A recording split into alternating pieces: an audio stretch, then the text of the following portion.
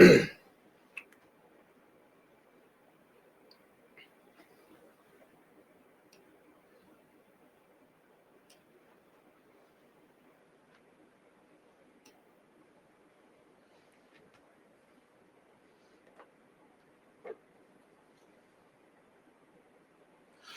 students, and welcome to Baiju's exam break. Welcome to weekend class. So, I'm Basavaraj. So, we'll be continuing the ecology and environment class, which we started last weekend. So, hope I'm audible as well as visible to you all. Please confirm that I am audible as well as visible to you all. We'll wait for a minute and then we'll start the session. Done. Thank you. So, we completed concepts of ecology, then a good portion of biodiversity, where we discuss something about conventions and important conventions, more specifically biodiversity part, that is Ramsar wetlands, something about wetlands, and all those we made an effort in understanding. And while defining that, we also explained two important conventions. One is the sites, that is the endangered species which are always having a threat of illegal trafficking or trade of endangered species. Take an example of pangolin, which is most trafficked animal in the world for medicine for its skin. So to restrict the illegal trade of these endangered species, we initiated a convention called as the CITES. And the CITES has two appendix 1 and appendix 2. And recently, when the conference of parties concluded regarding CITES, there we found that with response to India's request, the red sanders, called as the sesame, was taken out from appendix 1 and it is replaced into appendix 2. It means that now we can trade more amount of red sanders, which is used in handicrafts. So more relief was given to that industry by removing the red sanders from appendix 1 to appendix 2. So it means the volume of trade can be increased. Then we also discuss something called as CMS, that is Convention on Conservation of Migratory Species. So these species, they generally move from one area to another area voluntarily.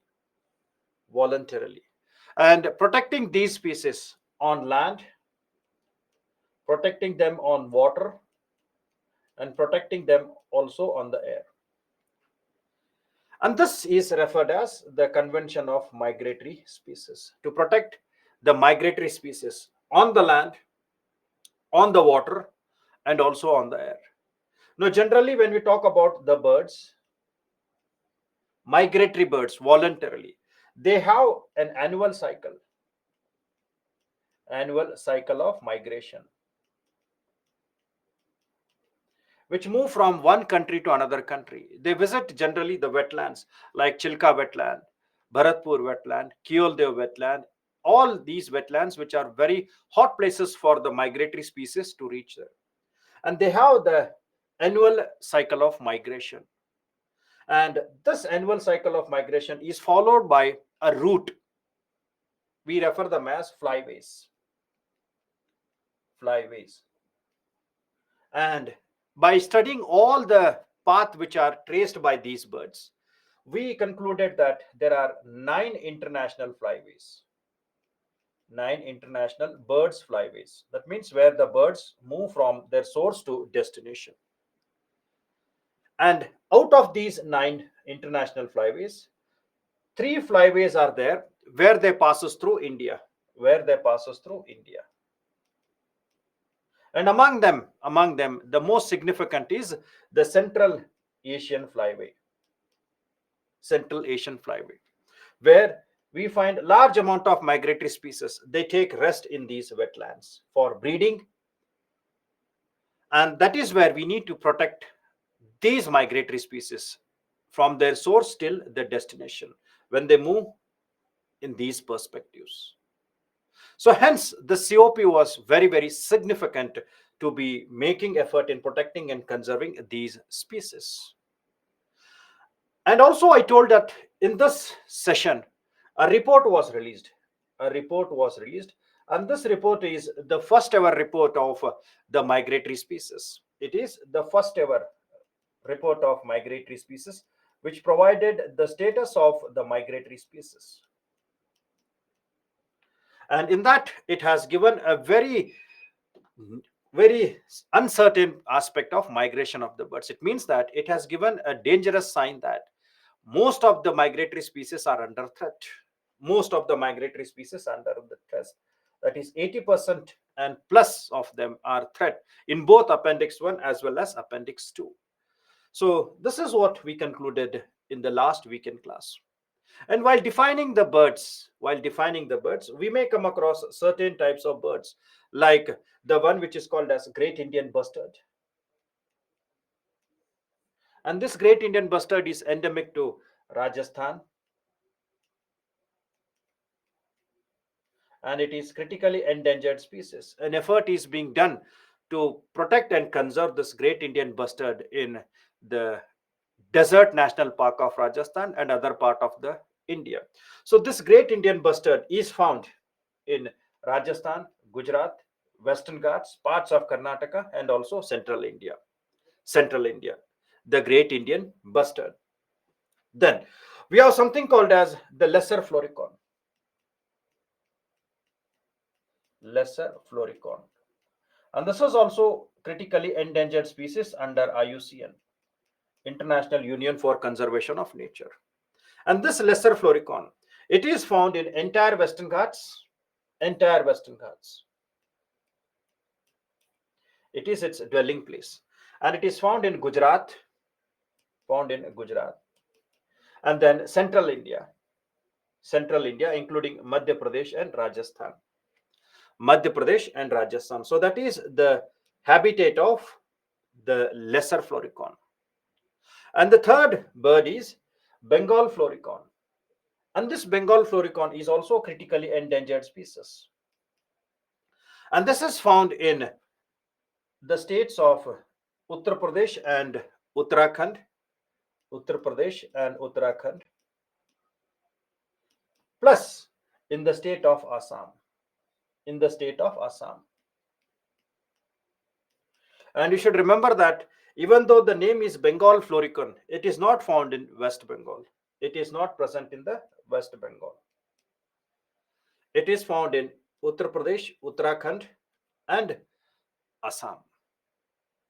Is it clear? So this is about the bird species which are in the news. Then the last convention which we have to study here is Convention of Biological Diversity. Now this Convention of Biological Diversity, CBD, it is an outcome of the Earth Summit. It is outcome of the Earth Summit. And this Earth Summit was held in the year 1992. And it is also referred as Rio Summit, as it was held in the place called as Rio. It was held in the place called as Rio. So hence it is also referred as Rio Summit. So when I take global warming and climate change, I'll discuss that in detail, that how this Rio Summit was formed and what are the impacts of that. Now, here just remember that in this Rio Convention or in this Rio Summit, three conventions were created. And among these conventions, the one which is important for this discussion is CBD. CBD, Convention on Conservation of Biological Diversities. The other two conventions are United Nations Framework Convention on Climate Change, UNFCCC. We'll discuss that later. And then United Nations Convention on Combating Desertification. Is a United Nations Convention for Combating Desertification.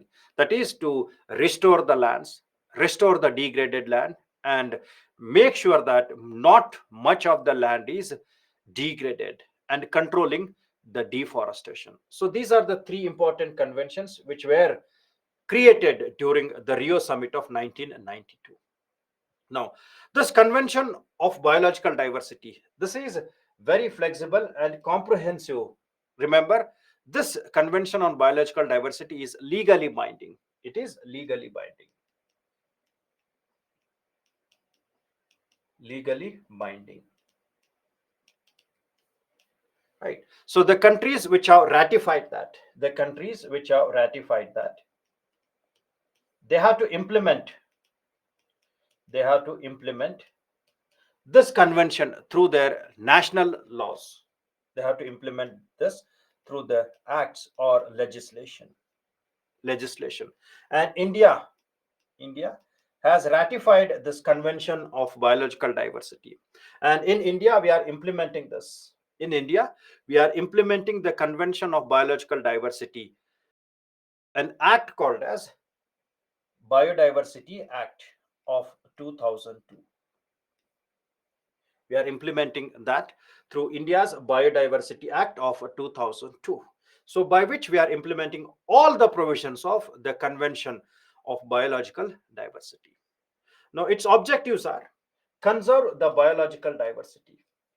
It can be plants, it can be animals. So, conserve them and protect them. Then it talks about sustainable use of the components of biological diversities. It can be trees, it can be any type of medicinal plants, it can be animals, which we refer them as biodiversity. We should use them in such a way that the usage should not affect their further degradation, right? So we should use them in better way so that they should be available for the next generation also. Sustainable means, you should remember that we should also use the benefit, and the next generation should also reap the benefit of the same without degradation, so we have to use the resources in such a way that they are available for the next generation also, so that the next generation should also get the benefit of these resources. Then fair and equitable sharing of the benefits arising out of that genetic resources. So genetic resources means something, take any plant is there, so through that plant we create or we develop medicines, and these medicines, when we sell them, huge financial benefits we get.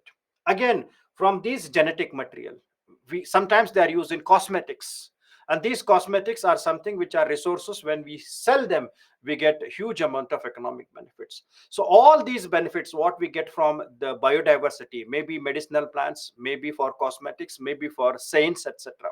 So such types of benefits what we get from the resources, natural resources, has to be shared equitably. And these are the three major objectives of convention of biological diversities. Just remember these. Now, when we talk about the CBD, the parties which have signed that, we refer them as conference of parties. And these parties meet once in 2 years. They meet once in 2 years to discuss about the progress of biodiversity and discuss about the issues associated of biodiversities. Right. Now, before moving down to the CBD, which meets for once in 2 years, there were a process where we made a change in the original convention. And when we make the change in the original convention, we refer that as a protocol. Something called as amendment, which is done to that. Amendment, which is done to the original convention. Now, here original convention is conservation of biological diversity. And for CBD, we are having two conventions. One is Cartagena Protocol and second one is Nagoya Protocol. So the first one is Cartagena Protocol. When we talk about the introduction of biotechnology, so due to that biotechnology, we come across genetically modified organisms. Generally, we refer them as transgenic plants and transgenic animals. Transgenic plants and transgenic animals. Now, these plants and animals, when they move from or when they are carried from one country to another countries, they should be protected with all safety. And this protection and safety of the modified organisms, we refer them as living modified organism. Their protection, their safety is governed by Cartagena Protocol. So it is the first international treaty governing with the movement of living modified organism. LMO means living modified organisms.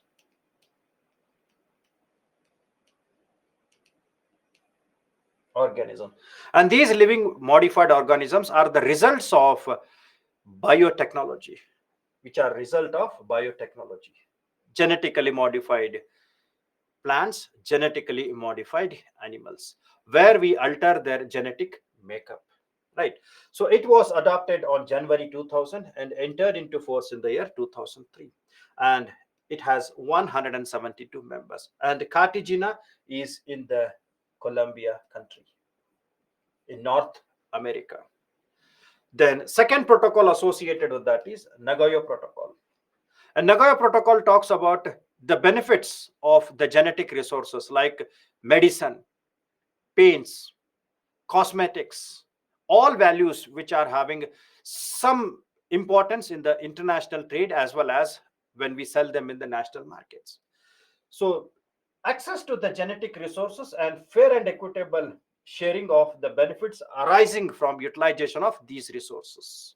So, they should be shared in proper way, and India is taking all the benefit of this. And it was also adopted on 29th October 2010 and entered into force in 2014. And remember, Nagoya is in Japan. It is in Japan. Japan. Sometimes they may ask in prelims on these. Now, the last point here is the COP15. COP15. And due to COVID, the COP15 was held in two phases. Two phases.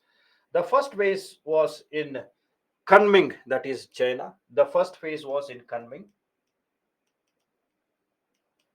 China, and the second phase was concluded in Canada. Canada. So it was held in two phases.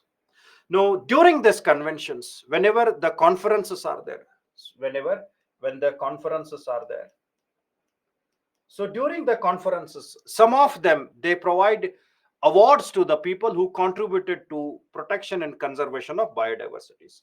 So here also every conferences about CBD they provide awards. They provide award, and this award which is given by them is the Midori Prize. Is the Midori Prize. Midori Prize, and Midori Prize is given for the people who have contributed more in the context of protection and conservation of biodiversity. Protection and conservation of biodiversity. And the outcomes of the COP15 are referred as Kunming Montreal Declaration. Kunming Montreal Declaration.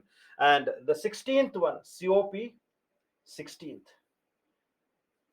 of CBD, will be held in this year only, in the year 2024. And this will be held in Colombia. This will be held in Colombia. This will be held in Colombia. And that will be 16th. 16th means 16th in the series. 15th means it is 15th meeting. 15th meeting of Conference of Parties. And 16 means it will be 16th meeting of Conference of Parties. So the number defines that how many times they have met to discuss about the issues here. Is it clear?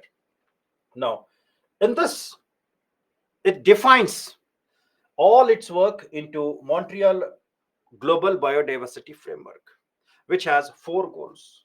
Which has four goals. And these four goals, one is conserve and restore biodiversity.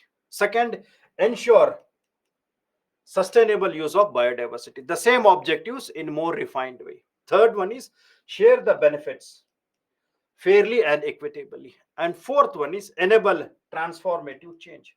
Now, transformative change is bringing the change after the COVID, bringing the change in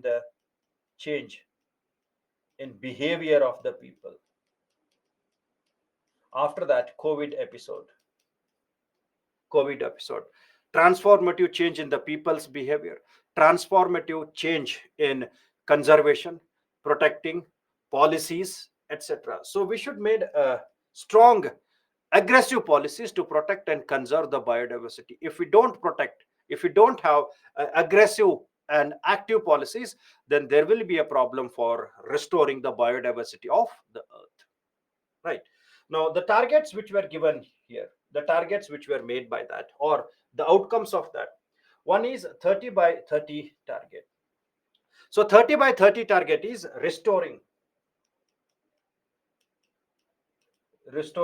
or bringing bringing 30% of land and water area, 30% of land or water area under protected areas, under protected areas. So at present, the protected areas are very less. They are 7% and 15%. The protected areas are very, very less. Very less, very less, right? So this was adopted in the same year when it was done, 2022. 2022. Then it also talks about that land degradation was the major problem for restoring of ecosystem. So hence it talks about we are to restore 30% of degraded ecosystem. Restore 30% of degraded ecosystems. Degraded ecosystems. Right. Then it also highlighted that there is a great risk of loss of life due to pesticides. So hence reduce the risk from pesticides by at least 50% by 2030. So it is enhancing the use of biopesticides rather than using chemical pesticides. Then tackle the climate change through nature-based solution. Nature-based solution. So nature-based solution means you have to make an effort in providing the solutions which are permanent, which are permanent, like planting the trees instead of constructing artificial embankment. See, when you are having flood like conditions, instead of constructing the artificial embankment by bricks, steels, rods, etc., you replace that by constructing the big canal, or sorry, constructing big barrier by planting the trees, and we refer that as a nature based solution, planting the trees which can be permanently in the context. And when you're having the problem with water, say problem with water is there, then the nature based solution is restoring of the groundwater, restoring of the lakes. So that means they become nature based solution, where the lakes which are protected, lakes which are conserved, lakes which are restored, when they store the water, it will increase the groundwater, it will help in increasing the biodiversities as well. So rather than having artificial type of restoration, you should take nature based solutions like planting the trees, restoring the lakes, restoring the wetlands, etc. Permanent solutions can be given for that. Then secure safe, legal and sustainable use of trade of wild species. So generally large amount of the species which are traded are becoming extinct. So you should have a safe trade of these species. And that's what CITES is also taking care, but still we have to mention their proportion is rescued in proper way. Then identify subsidies that are threat to biodiversities, and the moment when you identify them, eliminate them or phase out them, so that they will not harm the biodiversities. Then Kunming Biodiversity Fund was created, and this Kunming Biodiversity Fund is something which will be providing benefits for protecting and conservation of the biodiversities, for protection and conservation of biodiversity,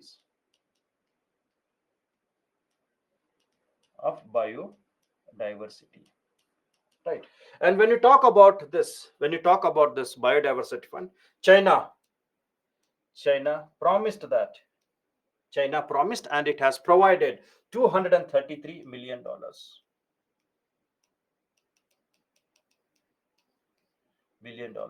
for protecting and conservation of biodiversity in developing countries, to protect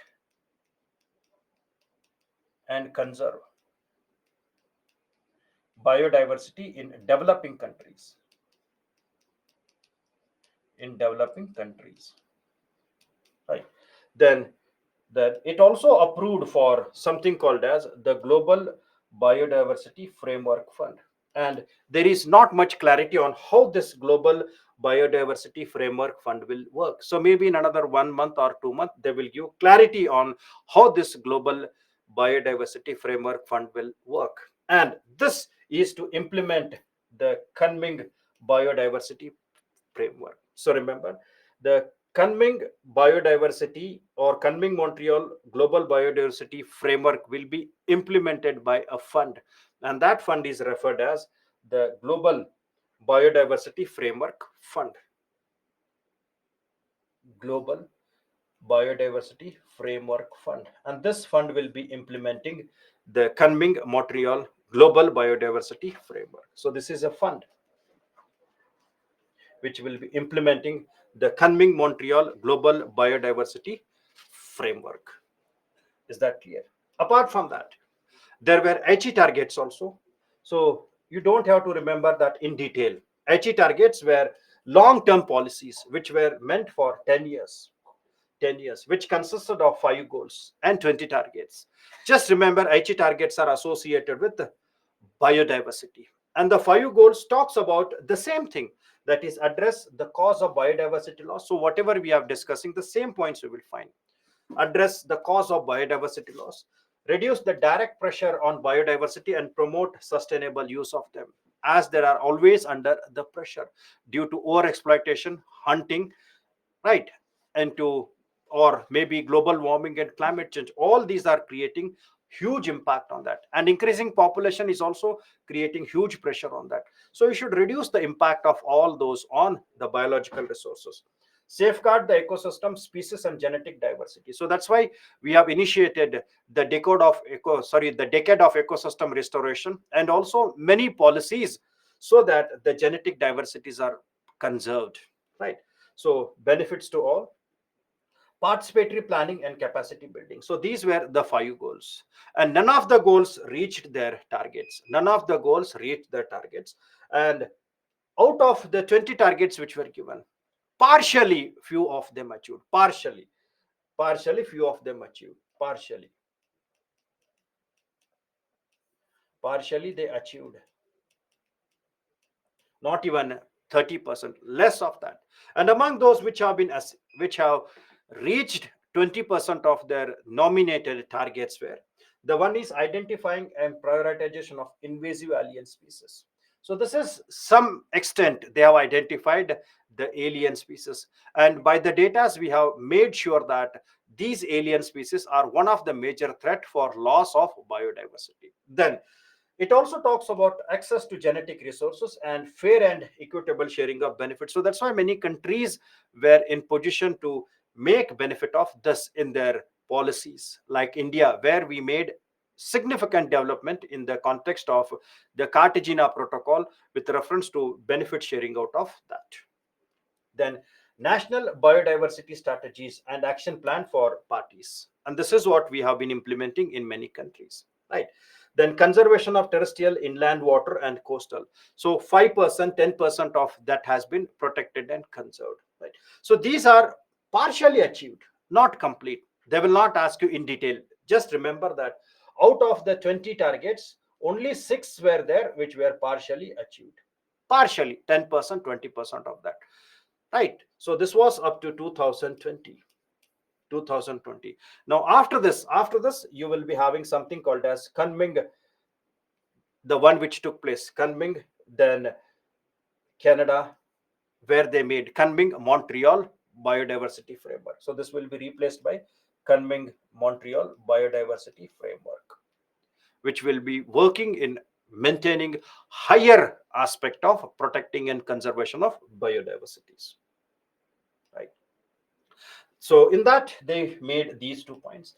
There has been significant expansion of protected areas, increasing over 2000 to 2020, right? So 15% of terrestrial land, and there has increase of marine in 7%. So remember, 10 to 15% of the terrestrial land is protected, and in marine, that is oceans, it was 3%, and we have reached to 7% in the marine. Now, the present target, according to Kunming Montreal, is that we should restore and protect 30% of land and water by 2030. So we have to increase that from 15% to 30 and 7% to 30. Increase the protected areas in both terrestrial as well as aquatic. Aquatic means marine, right? So from 15 to 30 and 7 to 30% by 2030. Then invasive of alien species have been checked, not completely stopped, has been checked. It means that they were in phase to reduce the impact of alien species, not incomplete, but small amount of that was done. And without that, the biodiversity loss would have been very, very high. So these are the two things which it received as a positive approach in Aichi targets. Right. Then the questions which were asked in UPSC: which one of the following national park lies completely in the temperate alpine zone? Temperate alpine zone. So here your basics of geography is also required. Places are also required. So any national park, any wildlife sanctuary, if it is there in the news from last 2 years, you should make sure that that national park will be reflected in your prelims examination. Objective type: any national park, any wildlife sanctuaries, or any biosphere reserves which are there in the news since from 2 years, you should make sure that they have to be taken with utmost care in identifying the places through the maps. Now here it is talking about temperate means north of tropic of cancer. So you are having tropic of cancer, and this is the temperate, and below that it is tropical. And the moment when it says alpine means at height. Alpine means at height. So you should remember these two terms: temperate, alpine, and in the news. And if you see this, we if you see this all areas, this valley of flowers was in the news. Valley of flowers was in the news when the question was asked. It is in the Uttarakhand state. Right? Then next question which was asked: which among the following in Agastamalai Biosphere Reserve? Which among them are in Agastamalai Biosphere Reserve? Now this question was asked because Agastamalai Biosphere Reserve got the status of World Network of Biosphere Reserve there. It got the status of World Network of Biosphere Reserve. Now generally when we talk about the biosphere, they are having the three areas: core areas, buffer zone, and a transition zone. The core area is completely undisturbed area where we find the presence of national parks and wildlife sanctuaries are there. Now if any biosphere reserve is in the news, if it is in the news, then you have to identify the national parks which are existing within its proximity in the core areas. Now when you take a look of Agastamalai Biosphere Reserve, so in the Agastamalai Biosphere Reserve, this area which is in between the Nilgiri, Tamil Nadu, and Kerala.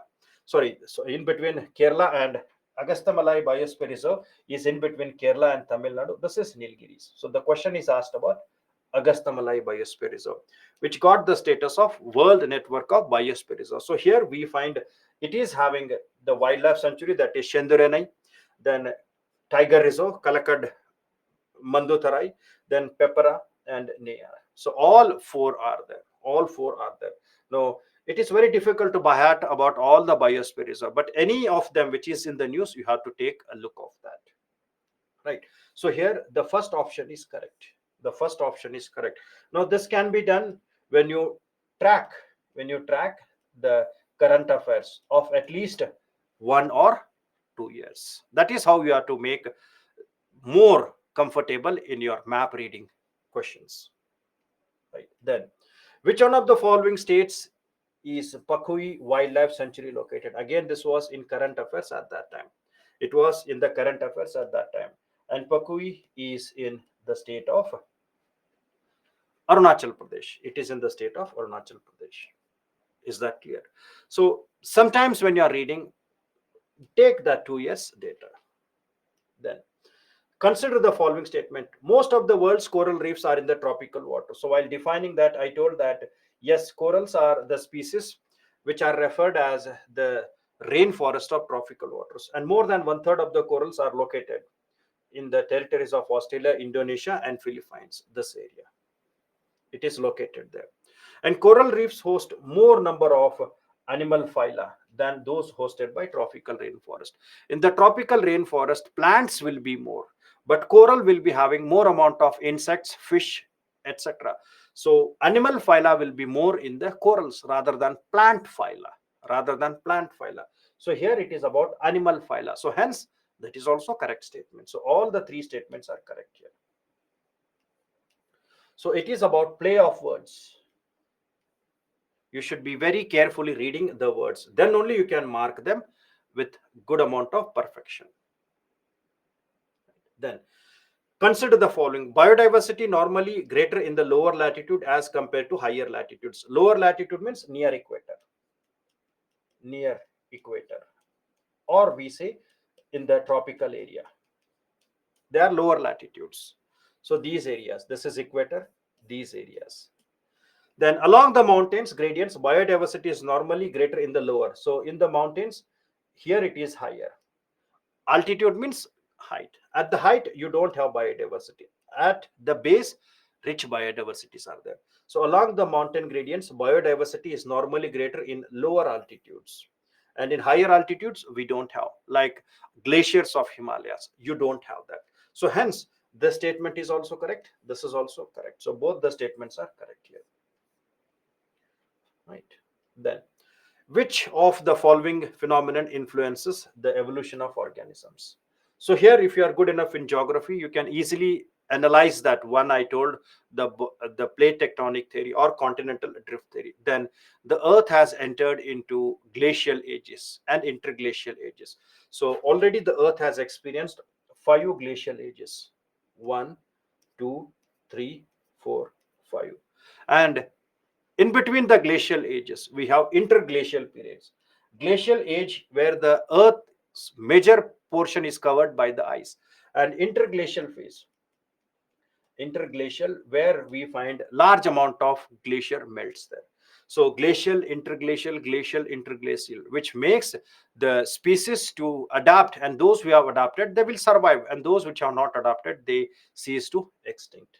So hence, this is also important, this is also important. So both are important in the context of this. Next, if a wetland of international importance is brought under Montrac's record, so immediately Montrac's record means you have to remember the two Montrac's records of India. One is the Kyoldev and second one is Loktak Lake. So these are the lakes, or these are the wetlands which are having threat, or where the ecological characteristics are changing, or maybe changing. Simple definition: where the ecological characters have occurred or may be changing because of interferences. A simple definition. And in India, we have two Montrac's records are there. Two Montrac's records are there. Right. The Red Data Book, published by IUCN. Now they are not asking about IUCN. They are asking about Red Data Book, not about IUCN. So Red Data Book: endemic plants and animal species present in biodiversity, threatened plants and animal species, protected sites for conservation of nature and natural resources in the various. So it will never talk about sites. It will never talk about the sites, right? Then endemic plants and animal species. Remember, red data gives the species of 9 categories, which includes extinct, extinct in wild, threatened, vulnerable, etc. So not only endemic, it gives about all the species, all the species. So hence, this statement is also wrong. So only the second statement is correct. Second statement is correct here. Is it clear?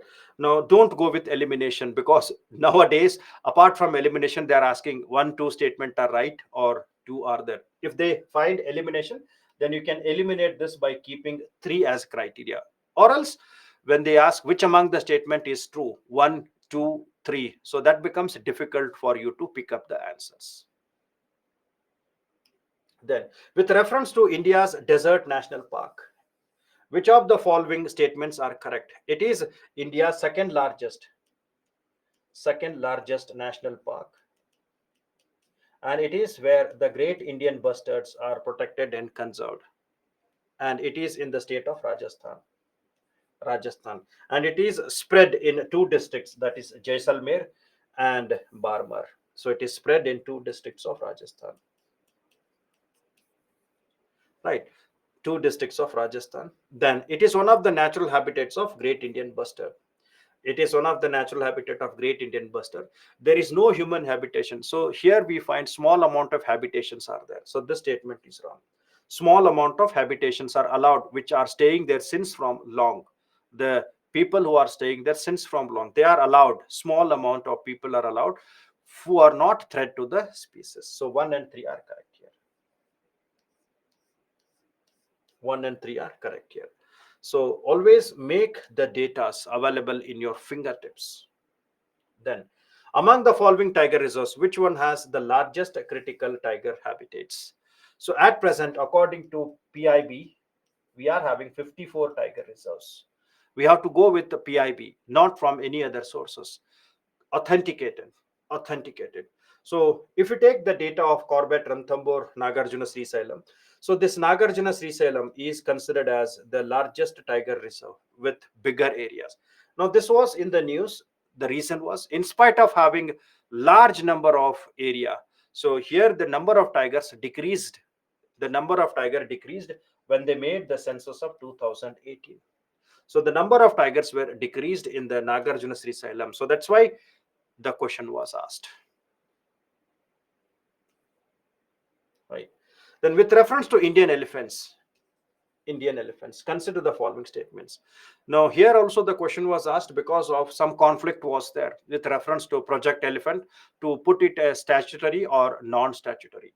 So Project Elephant, which was started in the year 1992, there were a debate to bring it into a statutory status or non-statutory status. Along with that, man-animal conflict increased due to the elephants which moved from the habitats to the locations of settlements. And if you see the Indian elephants, 60% of the Asiatic elephants or 60% of the global elephants are there in India. And among the states, Karnataka is the one which is having large number of elephant population. And we also find they always travel from Western Ghats to Eastern Ghats and Eastern Ghats to Western Ghats through this ecological corridor, or elephant corridors are there, which make them hassle free movement from Western Ghats to Eastern Ghats, right? Now the leader of elephant group is female, which is correct. Then among the states in India, the highest number of population is in Kerala. Now this is where the problem is. We don't have the Kerala, it is Karnataka. We don't have Kerala, it is Karnataka. Then the maximum gestation period can be 22 months. An elephant can normally go on calving till the age of 40 years, right? Now here, sometimes when you are having the elimination one, so you can remove the fourth one, right? Now again, the question is with, sorry,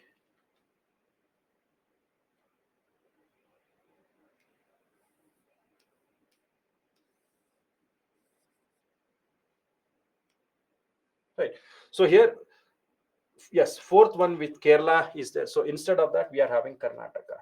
Perfect. So wherever four is there, you can remove that. You can remove that. Now the question is about the leader of elephant group is female. So that is known to us.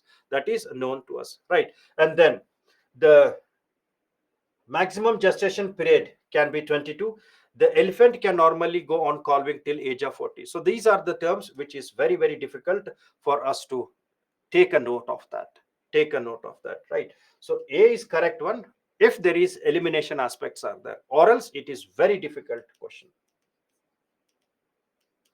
or else it is very difficult question to answer that. So maybe all will say it was easy, but in spite of that, it is a difficult question because we don't know all these criterias.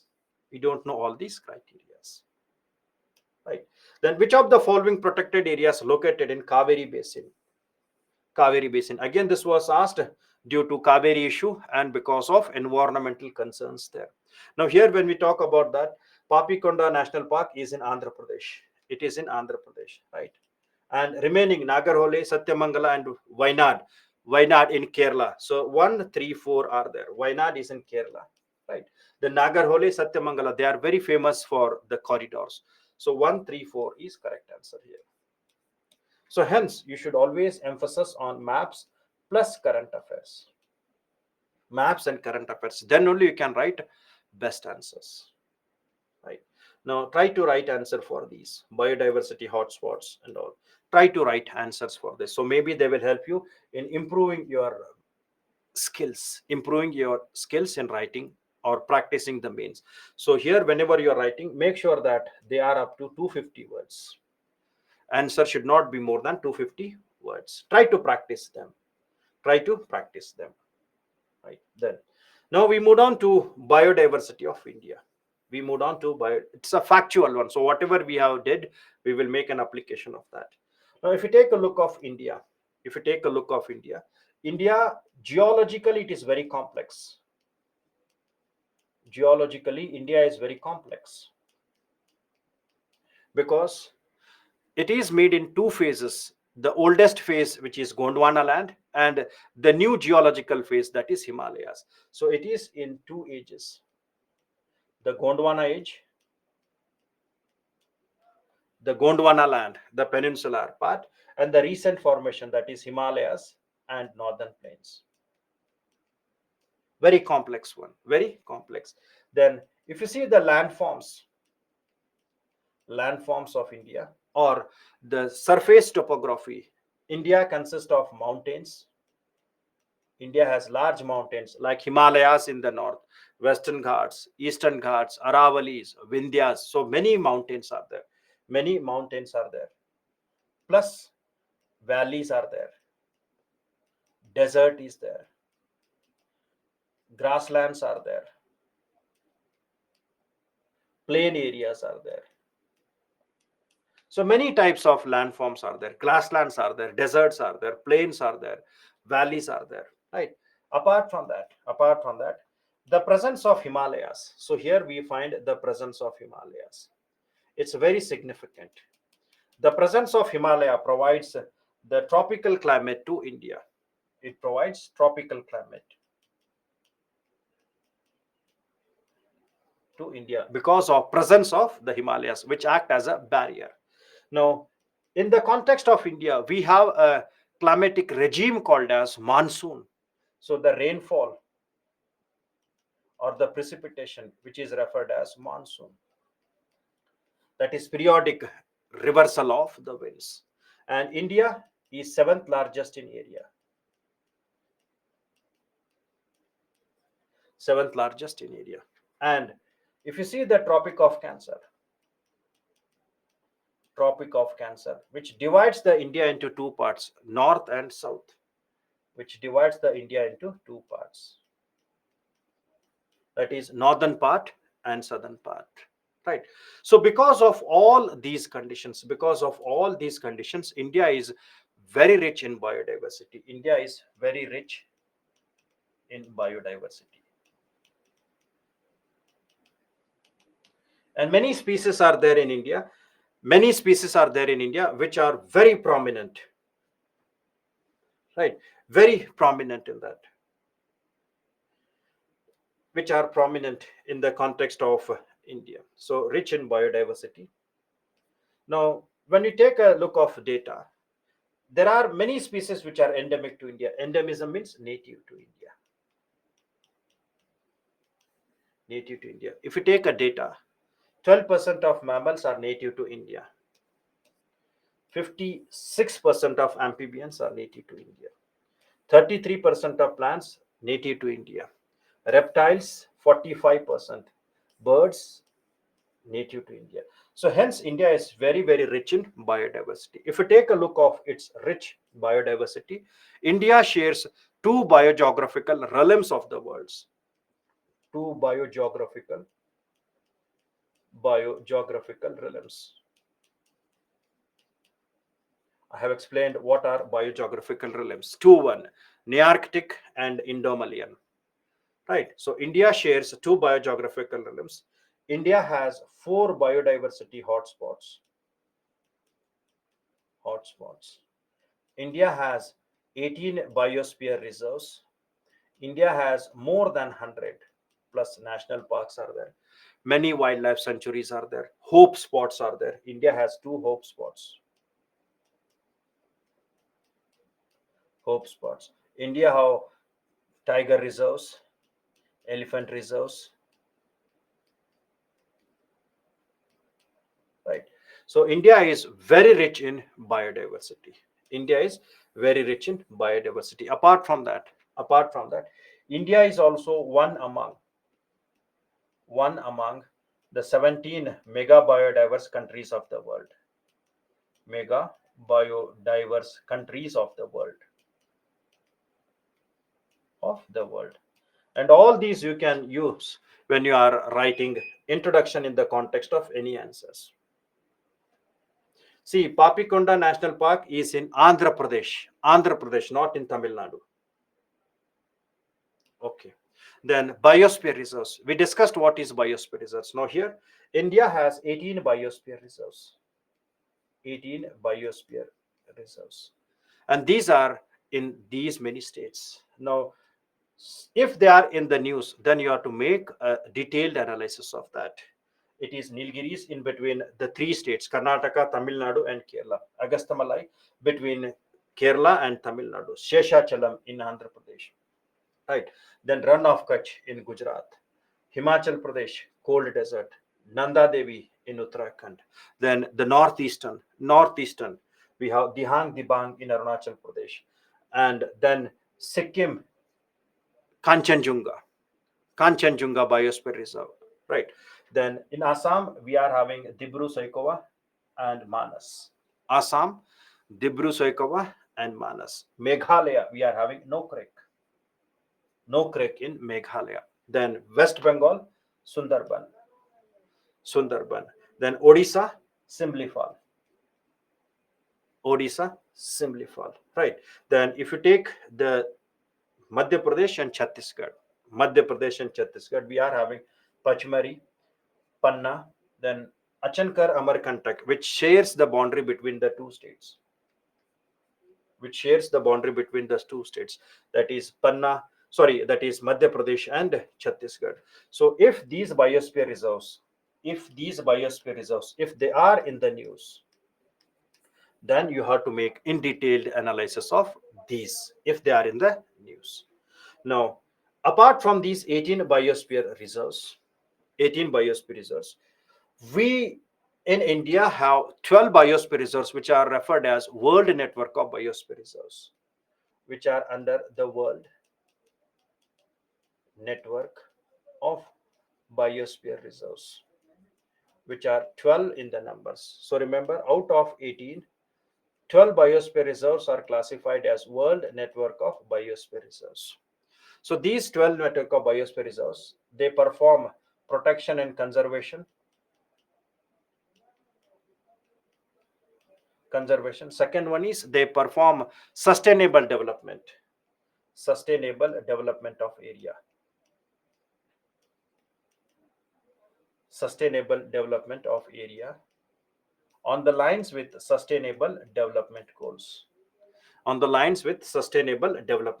So in India, there are 12, and the last one which was added 2 years back, that is Panna Tiger Reserve, Panna Biosphere Reserve. So this was 12th which was added. The last one which was added is from Madhya Pradesh, Panna. So it is the 12th World Network of Biosphere Reserves of India. Factual data, 12th one, right? Biosphere Reserve and World Network of Biosphere Reserves.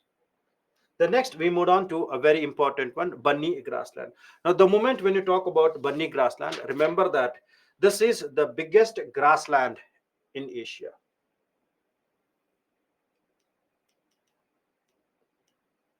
Biggest grassland in Asia. And it is in the Kutch area of Gujarat.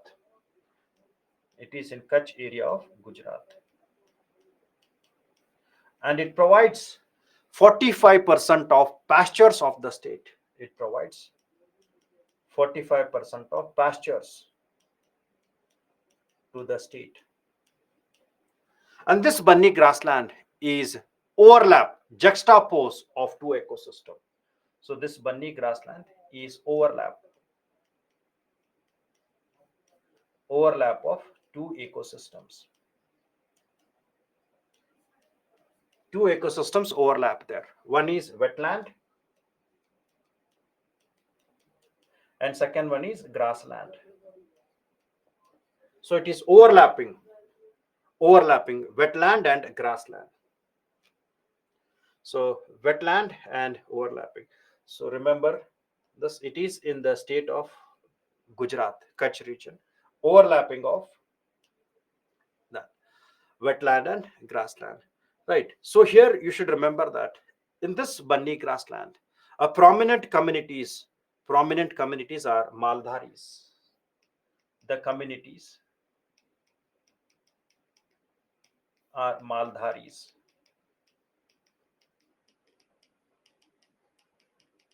Maldharis. And these Maldhari communities, they rear buffaloes. They rear buffaloes. And these buffaloes, they depend on the bunny grassland. These buffaloes, they depend on the bunny grassland. Certain basics. Now, this bunny grassland has two issues. Two issues was there. The first issue was that this bunny grassland was illegally encroached by many activities. Illegal encroachment was done. And this illegal encroachment was done for construction, agriculture, and all. Illegal encroachment was there. And this created threat to the bunny grassland. And hence, a petition was filed. Petition was filed in NGT. And after this petition, NGT gave its order. So NGT is the National Green Tribunal. National Green Tribunal, and it is the highest judicial body which settles the environmental issues. National Green Tribunal, which settles the environmental issues in India, and it is the highest judicial body. NGT, National Green Tribunal. So National Green Tribunal gave its verdict that Maldhari communities, have all the rights to conserve the bunny grassland.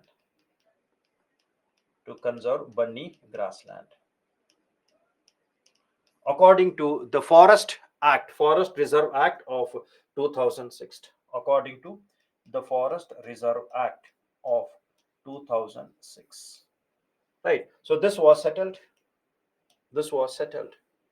Then the second major problem here is that as this pasture land was having a threat from salt water, so this pasture grassland was having a threat from salt water,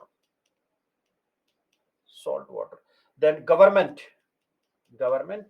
deliberate means with purpose, government deliberately, purposefully, to protect this grassland, the government planted the trees. And these trees which are planted are referred as the bubble tree or Prosopis juliflora.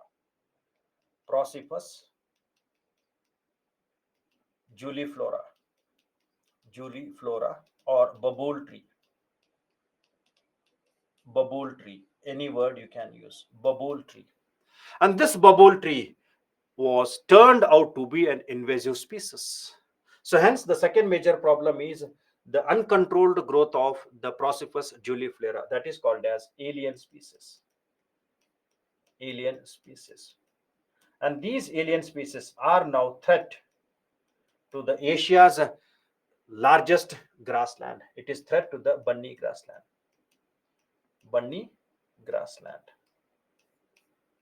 Right. I told you about what is alien species. I told you what about the alien species. Now, the major threat associated with this bunny alien species, sorry, Prosopis juliflora, is that it is having a threat for groundwater depletion because the roots will go deeper, they absorb more water. So, groundwater depletion.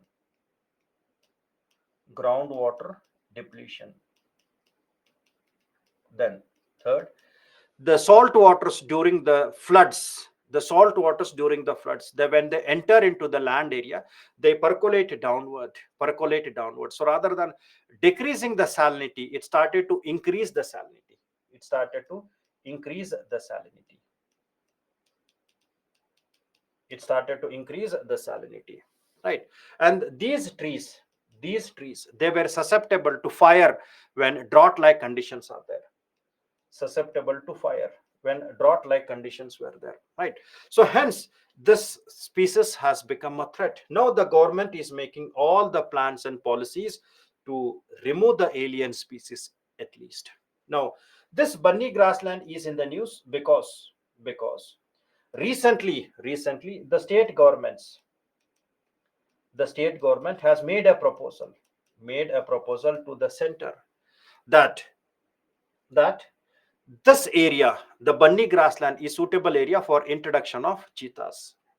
Has made a proposal in the year 2023 to the center that they will introduce cheetahs here. Introduce cheetah, and which has been accepted also. So maybe once the all policies and frameworks are done, so this is an area where you will find the introduction of cheetahs will be seen along with the kuno palpur, where already they have been introduced here. See, when the saline water enters into that area from the coastal area, when the saline water enters here, so this saline water which enters there, they percolate downward along the roots of a tree. So the roots will hold the water. So this water percolate downward, and that's where the salinity increases in that areas. Salinity increases in that areas. So it has become a backfire. Rather than decreasing, it increased the salinity in that area. Now, bunny grassland is also known for a special type of buffalo which are stored or restored and conserved there, and we refer that as bunny buffalo. It is also known for bunny buffalo, a unique type of buffalo, bunny buffalo, which is endemic to Gujarat. And the unique characteristic of bunny buffalo is that it tolerate water scarcity. It tolerate water scarcity.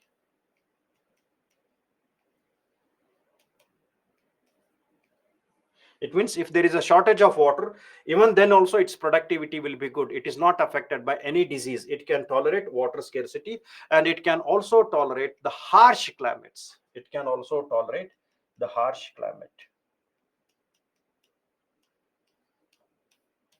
Bunny buffalo. And this is called as Prosopis juliflora, an alien species, which is spreading in all the areas, which has become a threat for the bunny grassland.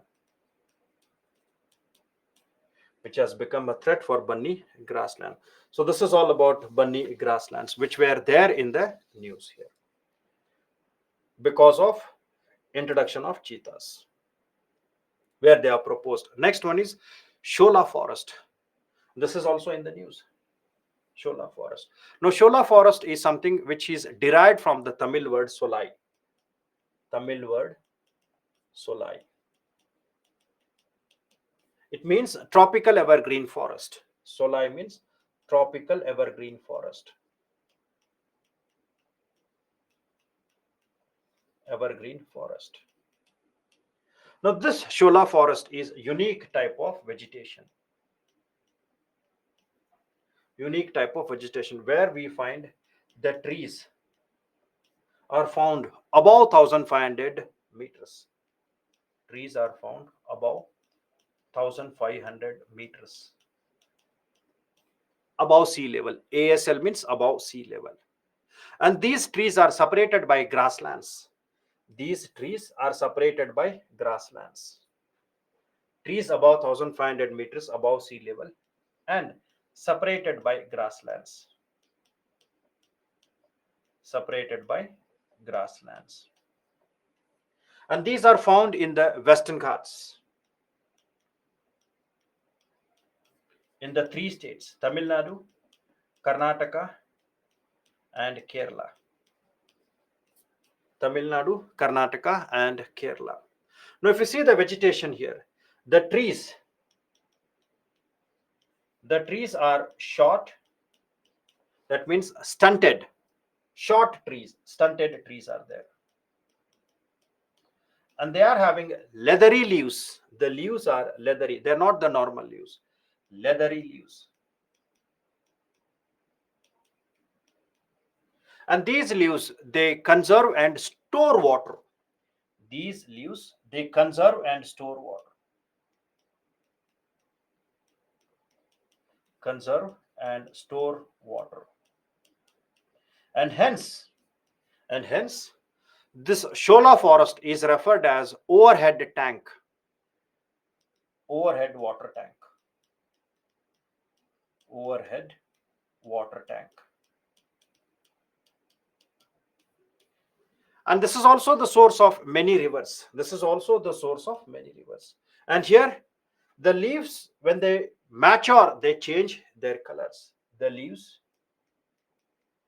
when they mature, they change their colors. The leaves change their colors when they mature. So these are the characteristics of the Shola forest. And the Shola forest is also having a threat. The Shola forest is also having a threat. One is that invasive species like acacia, eucalyptus. So many invasive plants are there which are posing threat to that. Second one is deforestation. Third one is illegal mining. Mining. Fourth one is unscientific tourism. So generally we refer that as unregulated tourism. Unregulated tourism.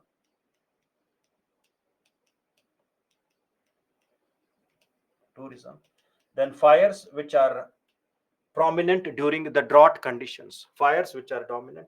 And many areas are cleared for tea and coffee cultivation. The areas are cleared for tea and coffee cultivation. Coffee cultivation. So these are the major threats associated with the Shola forest. Now, why the Shola forest is in the news? If you take the 5 Ramsar wetlands which have been introduced or which have been named recently in the month of January, out of these 5 wetlands, out of these 5 Ramsar wetlands, 2 are in Tamil Nadu, and out of that 2, 1 is in the Shola forest. One Ramsar wetland is in this Shola forest. So that's how you have to remember the question. That is Longwood Shola forest. Longwood Shola forest. So out of that 5, 1 which is there in Tamil Nadu is in this Shola forest. So they may ask something about Shola forest in your prelims. Clear? Okay. This is the grassland. We refer that as rolling grassland. Rolling grassland. Then man-animal conflict. So when we talk about man-animal conflict, take an episode of the Kerala, where a 48-year-old was killed by accidental approach of elephant in that, or leopard killing any worker who was working in the farms, or say any type of the attack which is done by the animals when they leave their habitats and enter into premises, maybe where we are having some types of habitations are there, some types of schools or resorts which are constructed in the forest areas or near the forest areas, where we find the animals, the forest animals, they enter, and where we have large amount of conflicts are there. And always remember, man animal conflict is considered as one of the major threat to loss of biodiversity. It is considered as one of the major threat, one of the major threat to loss of biodiversity. Loss of biodiversity. Right. Now, what is the reason for man animal conflict? Generally, man animal conflict means when the animal which is staying in the forest in its habitat, it moves out of its habitat, and then the conflict takes place here. Sometimes when it moves out of here, when the railway lines are there, so this get collides with the railway lines, train which is moving there, so that will kill the animal here. When it moves out of its habitat, accidentally it comes across the railway line, the train, when it is moving in that area, collides that, which can lead to death of that animal. Sometimes it enters into agriculture field, where it is having a threat to the livestock as well as the crops which are grown there, right? But what is the main reason for man animal conflict? What are the reason for this? Why they are leaving their habitats? Why they are leaving their habitats? The first aspect of man animal conflict is that it is due to destruction of their habitats. Maybe construction activities, planning activities, or maybe many things. Destruction of their habitat, destruction of their habitat because of the roads which are constructing them without environment impact assessment, multi-purpose river valley projects which have been constructed there, right? So destruction of the habitat, sometimes we refer them as fragmentation of them. Fragmentation. Second one is illegally encroachment. So encroachment of their habitat, maybe for dwelling places, maybe for projects. So encroachment of their habitats, encroachment of their habitats, maybe for construction of the projects, construction of any settlements in that areas without having proper planning. So generally, if you see many schools in Bangalore or many premises, we find a leopard was captured in the CCTV camera. Why? Because a school was constructed near that area where it is referred as dangerous for the settlements, right? So encroachment of the habitats. Then natural reasons may be earthquake, volcanic activity, floods, etc. So because of that, they leave their areas and move down to the human settlement. Then fourth one is because of natural disasters like droughts. I'm talking about the term disasters. It can be droughts, it can be landslides, etc. Landslides, etc. Right. So when the droughts are there, there will not be availability of water. So in the need of water and in the need of fodder, they move out of their habitats. They move out of their habitats.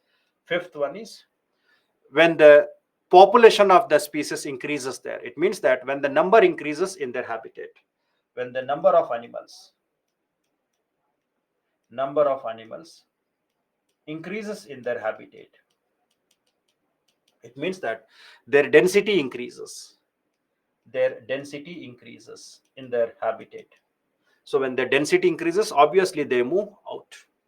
Sixth one is introduction of any species there, right? So sometimes when we talk about say any species which have been introduced there, like introduction of the tiger, introduction of cheetahs, etc., right? So it means that they will have an impact on that, because these animals, they always compete with each other, right? So introduction of any species, it is not as simple. Introduction of new species, because they always compete with each other. They do not coexist. They never coexist.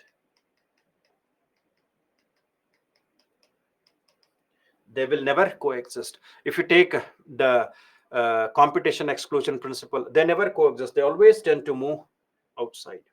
Then urbanization and extension of agriculture in the forest areas. Extension of agriculture in the forest areas.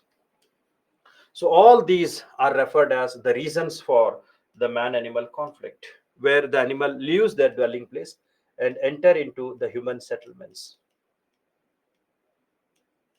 Into human settlements. And when they enter into human settlements, what impacts are there? So what is the impact of man animal conflict? What are the effects of man animal conflict? The first one is, it is always something where the livestocks are killed when the animal enters there. Livestocks, either injury or death. Second, this can create a threat for human beings. Human, the same, either injury or death. Third, in turn, the animal can also be killed. The wild animal can also be killed. In turn, the wild animal like cheetah or leopard can be killed. Can be killed. So when it enters into agriculture field like sugarcane, rice, so it destroys the crops. It destroys the crops. So economic loss. Economic loss. Then it will also create a social threat when it enters into villages.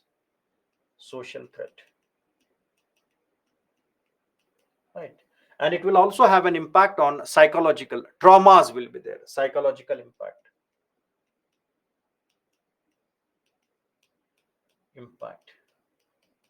right? So in turn, this man animal conflict will always create major socio-economic losses. It will always bring major socio-economic losses.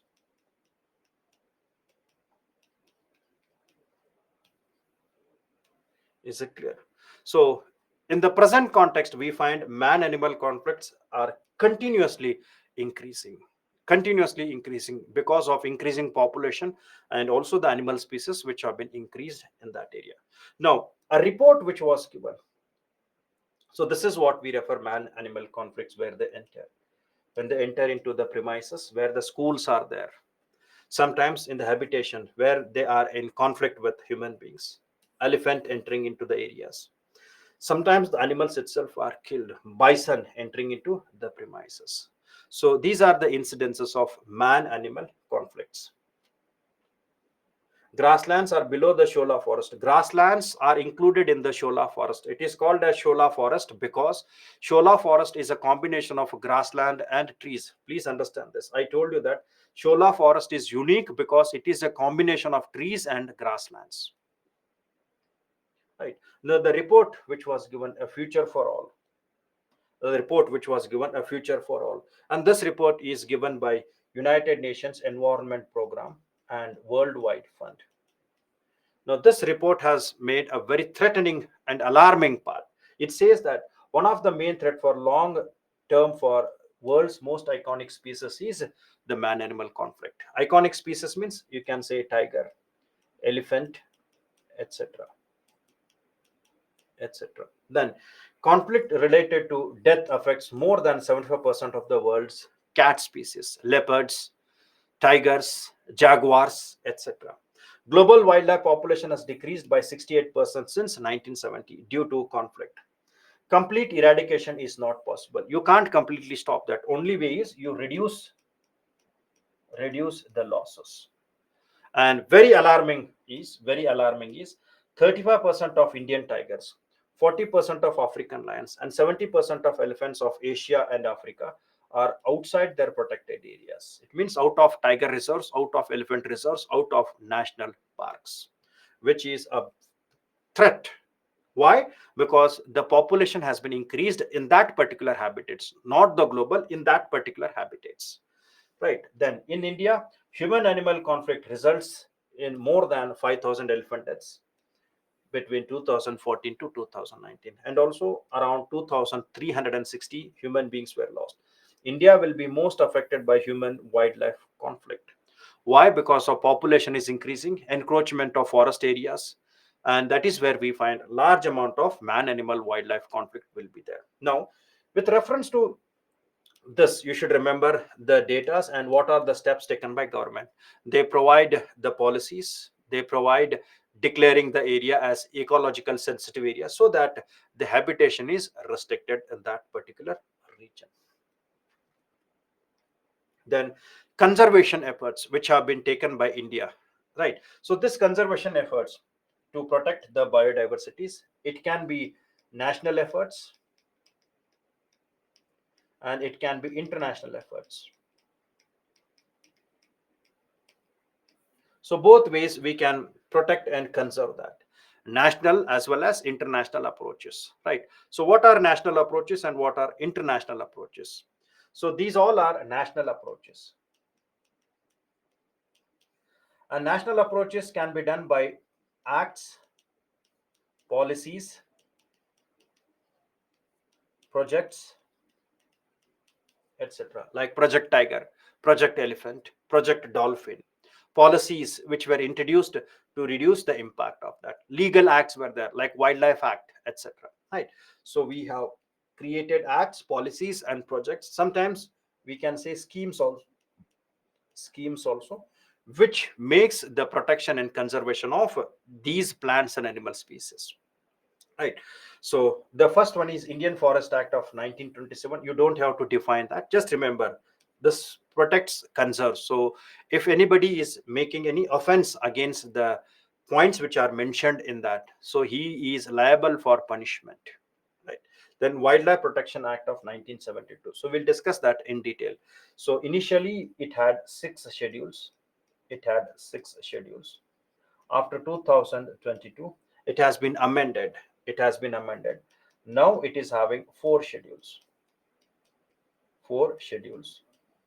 And out of that four schedule, the fourth schedule is to implement the sites. So we'll see that what is 1972 Act. But remember, this also makes an effort in protecting and conserving of biodiversity. Then Article 48A. So the moment when we say Article 48A, so it is DPSP, which also takes care of protecting and conservation, Directive Principles of State Policies, which also takes the protection and conservation. The state shall endeavor to protect and improve the environment and safeguard. DPSP, Directive Principles of State Policy. So there also we find it makes an effort in protecting and conservation of the species. Right. Then the Forest Conservation Act, we will discuss that later. It is also in the news. This is also in the news, where we made the rules which were introduced. The forest conservation rules were added in the year 2022. So we'll discuss that. Then Environmental Protection Act of 1986. So when I take pollution, I'll discuss about that. Then Coastal Regulation Zones of 1991. So all the coastal areas are divided into four zones. Right. So it talks about regulating and restricting activities. Regulating and restricting activities which are threat to coastal ecosystems.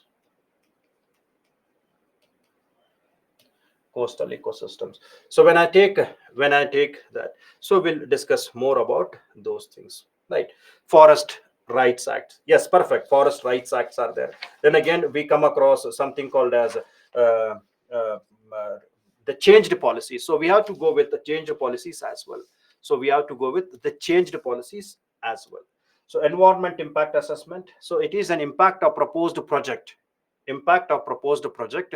on the environment. So this also I'll take in detail. So this I'll discuss, and this I'll discuss in detail when I take forest policies. Yes, I'll be discussing forest policies. Right. Then Biodiversity Act of 2002. Now the moment when you talk about the Biodiversity Act of 2002, so India has implemented the Convention of Biological Diversity through this act. And to implement this, to implement Convention on Biological Diversity, right, Convention on Biological Diversity, we created something called as National Biodiversity Authority. We created National Biodiversity Authority.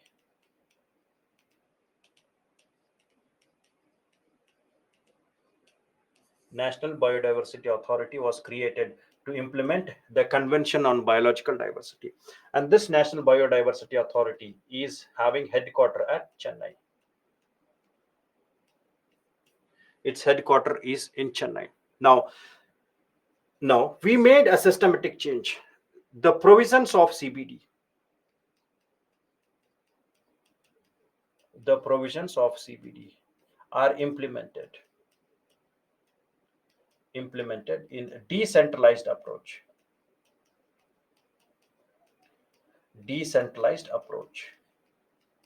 right? And for that we created three tier structures. The first one is at the national level. So we are having a national biodiversity authority at national level. And this national biodiversity authority is advising the center. It advises the centers to implement the provisions of CBD. It advises the center to implement the provisions of CBD, that is protecting and conservation of biodiversities. Then benefits which are rising out of that has to be equally shared. So all these are assessed by National Biodiversity Authority at the center level. And the second tier is which is done at the state level. And at the state level, we refer them as state board. State board, which is at state level. And it also does the same thing what the national authority does in the center. It also advises the state government to implement the objectives of convention on biological diversity, that is protecting and conservation, then sharing the benefits arising out of that, right? And the third one is at the local level, gram panchayats or local part. So in the local level it is done by biodiversity management committee. Biodiversity management committee.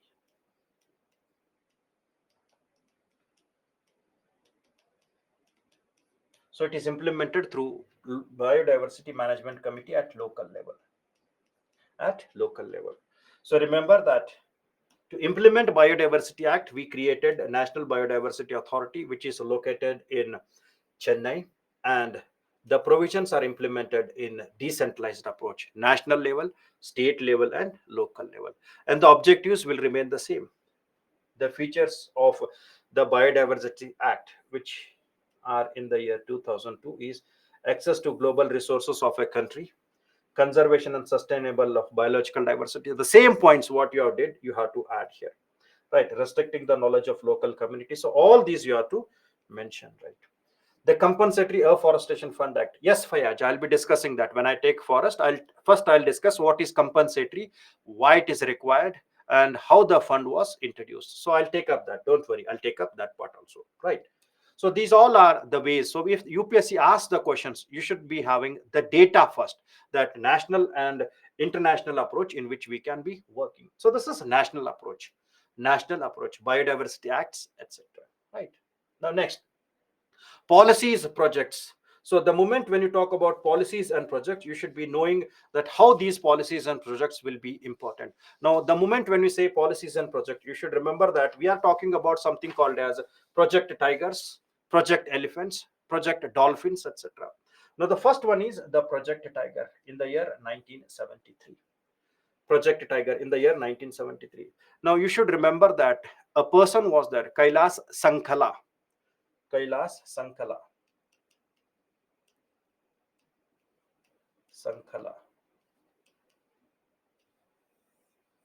Now this person, Kailash Sankala, is referred as the Tiger Man of India.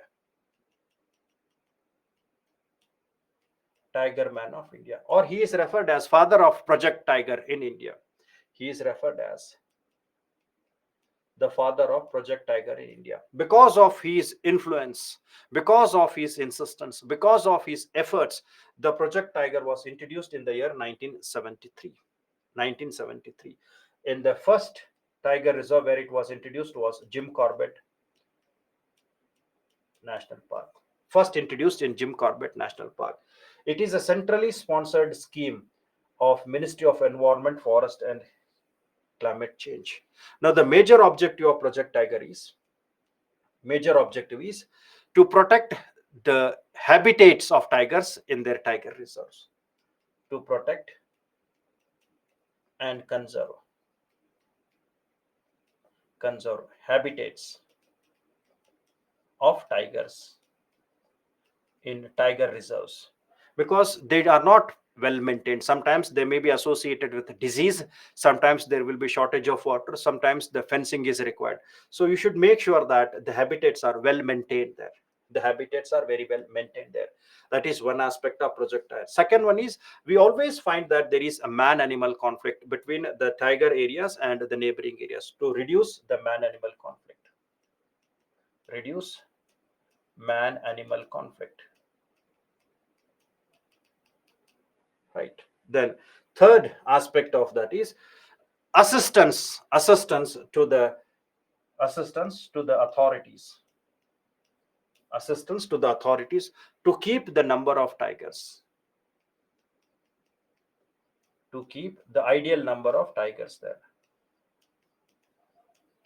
Because if they increase, then they can be a major threat, they can breach and move outside. So these are the three perspectives of tiger reserves. And in the year 2005, in the year 2005, National Tiger Conservation Authority was created, and this is a statutory body for supervising and coordinating the functions which were mentioned in the Act of 1972. Now, what are the major objectives of NTSC?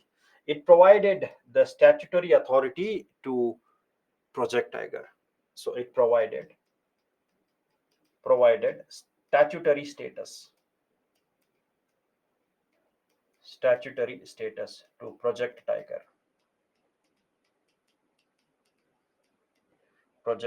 Statutory status, right? Then second one is, it fosters means provides, it provides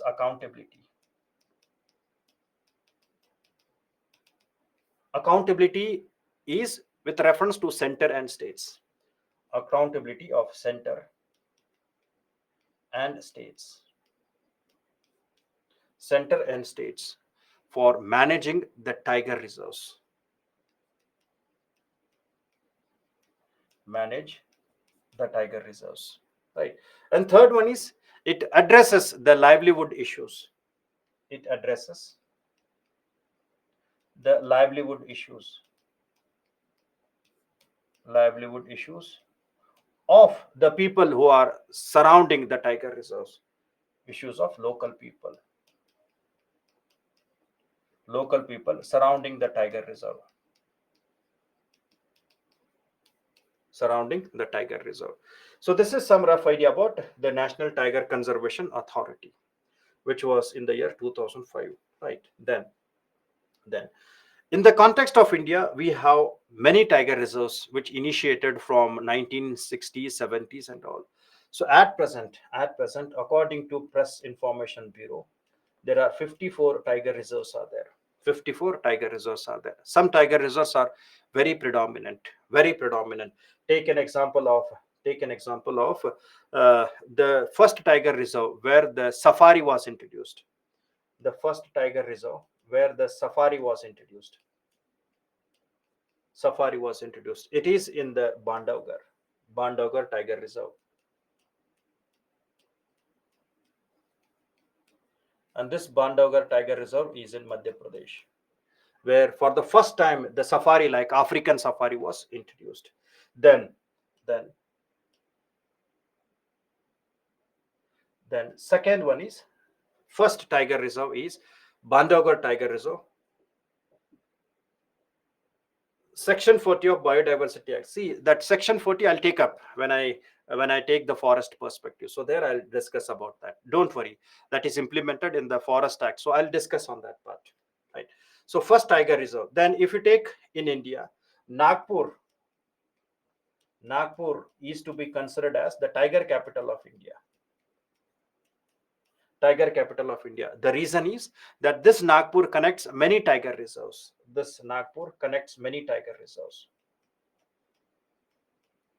Many tiger reserves, right?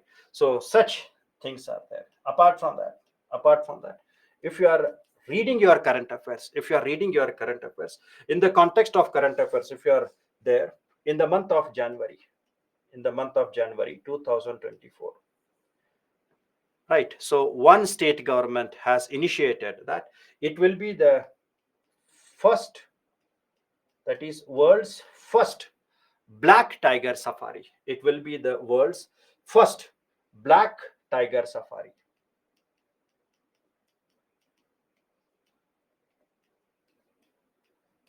It has proposed, it has proposed, and if it is done implemented, then this will be the world's first black tiger safari. And these black tigers are the one which are formed due to genetic flux. They have been formed, the black tigers, they have been developed due to some genetic impact.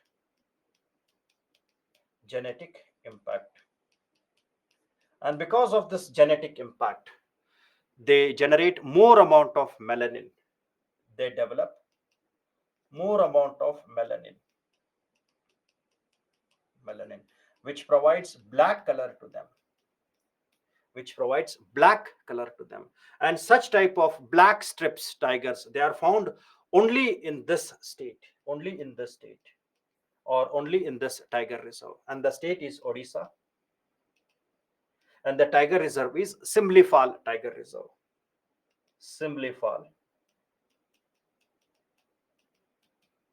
Tiger Reserve, where we find the only tiger reserve in the world where the black colored tigers are seen, and it is because of some genetic flux. And these tigers, we refer them as pseudo melanatic, pseudo false pseudo melanatic,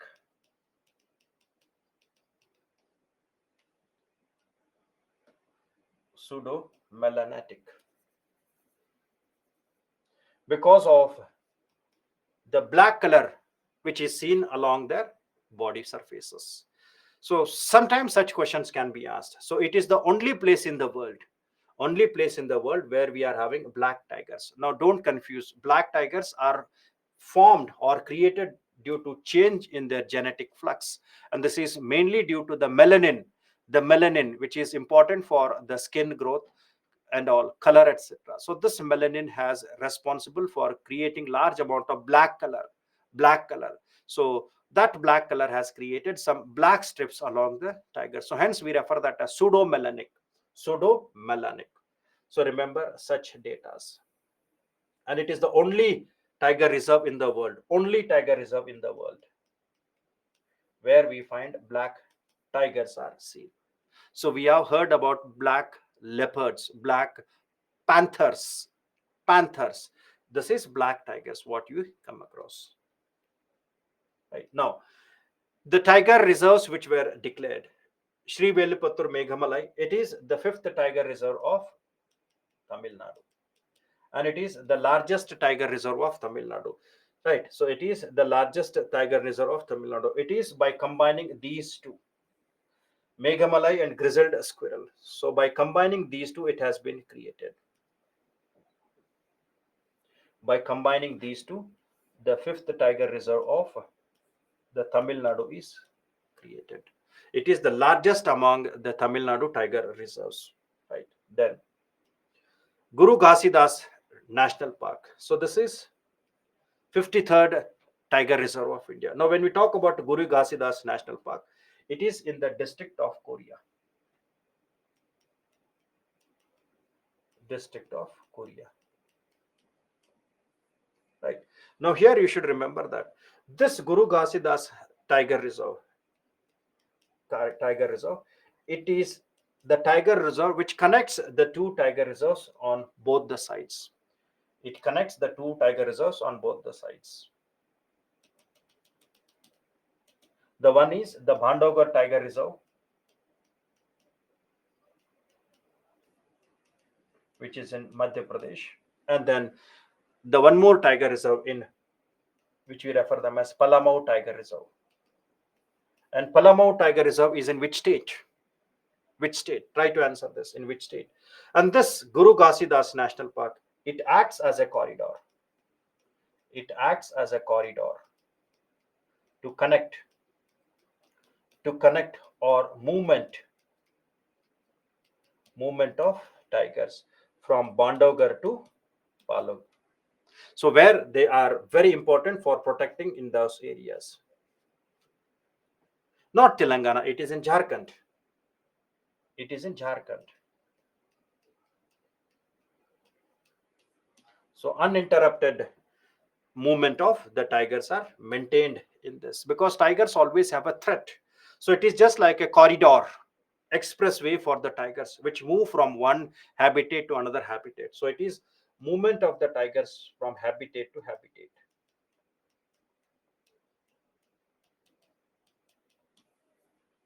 Right. Guru Ghasidas National Park. Then, according to the PIB, then Virangana Durgavati Tiger Reserve. Virangana Durgavati Tiger Reserve.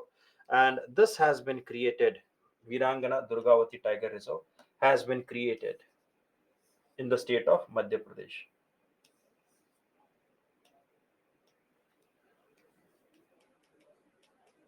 In the state of Madhya Pradesh. See, when you talk about Guru Ghasidas, it is located in Chhattisgarh.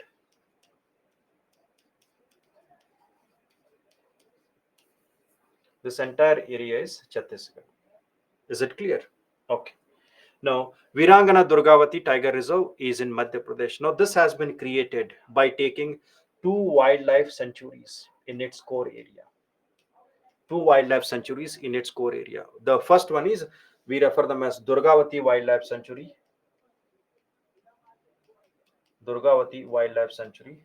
And the second one is the Naura Devi Wildlife Sanctuary. Naura Devi Wildlife Sanctuary. And this is spread in three districts. This is spread in three districts of Madhya Pradesh. Sometimes they may ask districts also. And these three districts are Sagar district, Damo district, and also Narsinghpur.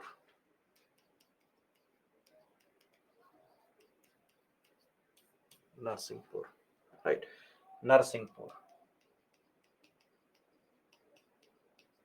So this is the 54th Tiger Reserve of India according to PIB, where they have released the list in the month of December 2023 in the state of Madhya Pradesh. Now, tiger census. Now, the moment when you talk about tiger census, it is where the number of tigers are calculated, and this is done once in 4 years. It is a cycle once in 4 years. Once in 4 years. Now, the first cycle was in the year 2008. The first calculation was done in the year 2006. Sorry, 2006. The second one after 4 years, that is 2010. The third is 2014. Fourth is 2018. And the fifth cycle, the data what we are having is 2022. 2022. And here they have said that there is an increase of 161% compared to the first cycle. Compared to first cycle, 161% increase is there. And they use many methods to calculate the tiger numbers: yum strips, magnetic strips, counting, etc. So many methods are used to calculate the tiger numbers. Among the many methods they came across the maximum tiger numbers and minimum tiger numbers. So it is not possible to have exact numbers. So we may have maximum and minimum numbers, which is based on many methods which have been used to calculate that. The maximum number what they come is 3925, 3925.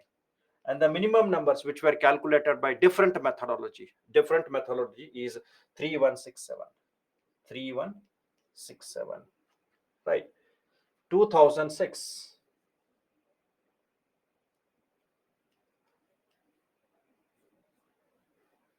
The first one is 2006. Right. Then 2010, 2014. So maximum and minimum. So hence, to avoid the confusions, we have taken the average of that, which is 3682. So hence, the tiger population according to 2022 is 3682. 3682.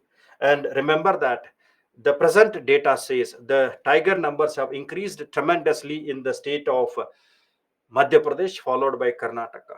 So Madhya Pradesh is leading number,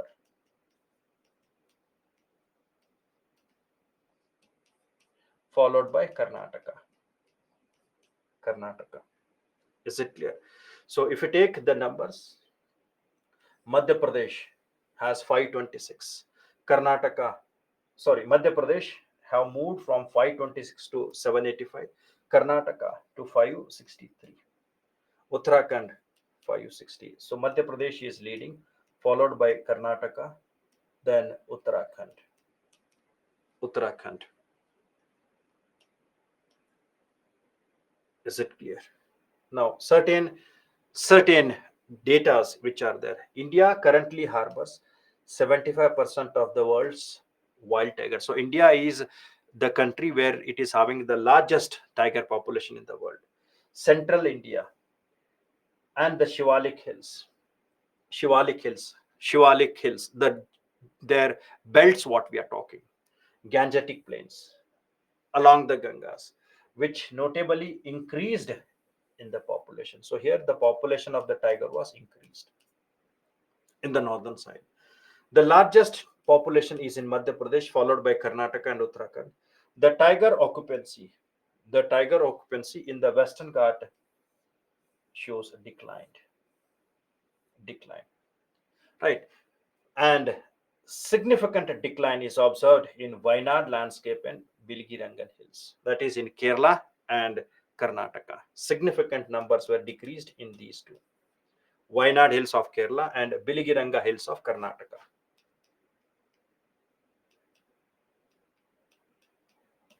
Kerala and Karnataka, right? Then International Big Cat Alliance. So this was launched by India in the year 2023. It was launched by India in the year 2023, and it is for conservation of 7 big cats. These are the facts which can be important for your prelims. Namely, the 7 cats here, they are the tiger, the lion, the leopard, snow leopard, cheetahs, jaguar, and puma. So it is to protect the 7 cats. It is to reach to the 97 countries which are covering there. Strengthen the global cooperation to conserve these. Right. So they may ask a question. International Big Cat Alliance was launched by India. Which country? India in the year 2023. It's only to protect the tiger. No, 7 species. 7 species. That is 7 big cats which are there in the global parameters. Global parameters. Right. So we refer that as IBCA, International Big Cat Alliance. This is referred as the tiger landscapes. So you don't have to buy it, but remember tiger landscape, the Shivalik Gangetic landscape where the tiger population has increased, Then Western Ghat landscape where the tiger numbers have been decreased. And this is called as the central one, eastern landscape, Sundarban, and northeastern hills. So whenever when you are reading your current affairs, you remember that here the number has increased, here the number has decreased. The Shivalik Gangetic Plain, the tiger have been increased, and here the numbers have been decreased in the Western Ghat Tiger Landscape Complex. Then something called as cats, conservation assured tiger standards. So this is the last slide, then we can have a break. So before moving down to this cats aspect, so you should remember some aspects which are linked with these perspectives.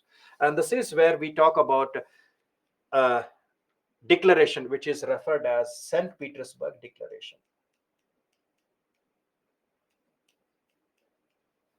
St. Petersburg Declaration.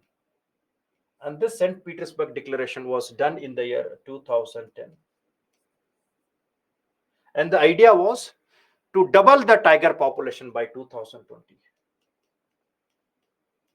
To double the tiger population by 2020 in their member groups, in their member countries, which fall under the jurisdiction of Russia and the Asian part, to increase that by 2020. That is, double the tiger population by 2020.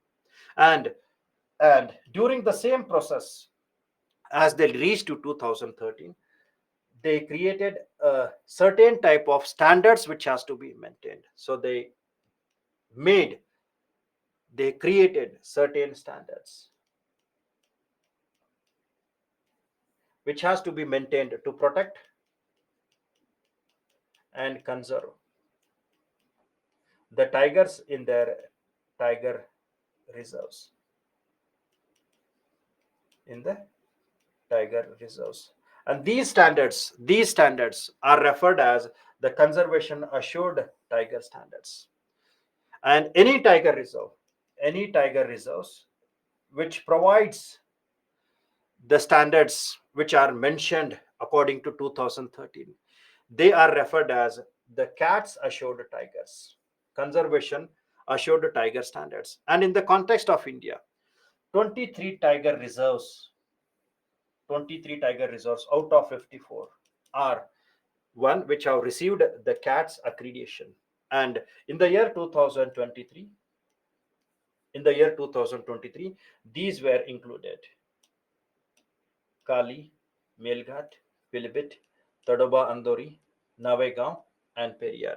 So, including these six, the total number of cats assured tiger reserves in India at present, in the year 2024 is 23. 2023. Now, this cats, along with other organization,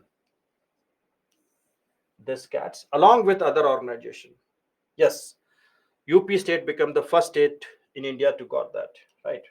So here you should remember, cats, along with other organization, it provides awards to those tiger reserves which have doubled their population. It provides award to those tiger reserves where the tiger population has doubled. Award to the tiger population where the tiger population has been awarded. Now, in the year 2023, in the year 2023, three tiger reserves of India has received the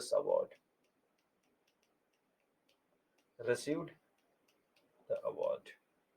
Right. Now we can have a break. We can meet up. We can meet up at, say, 12 2. It is already there. 5, 10. So we'll meet up at 2 5. Is it okay? We'll meet up at 2 5,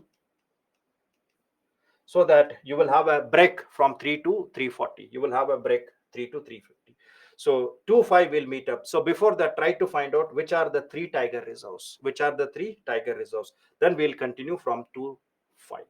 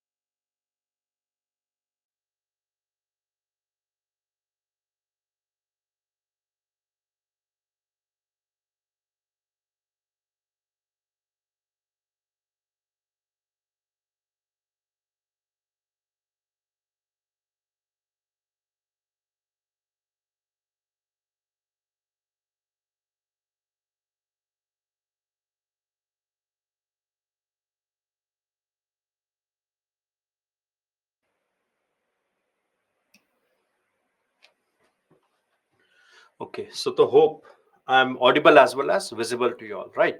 So welcome after the break.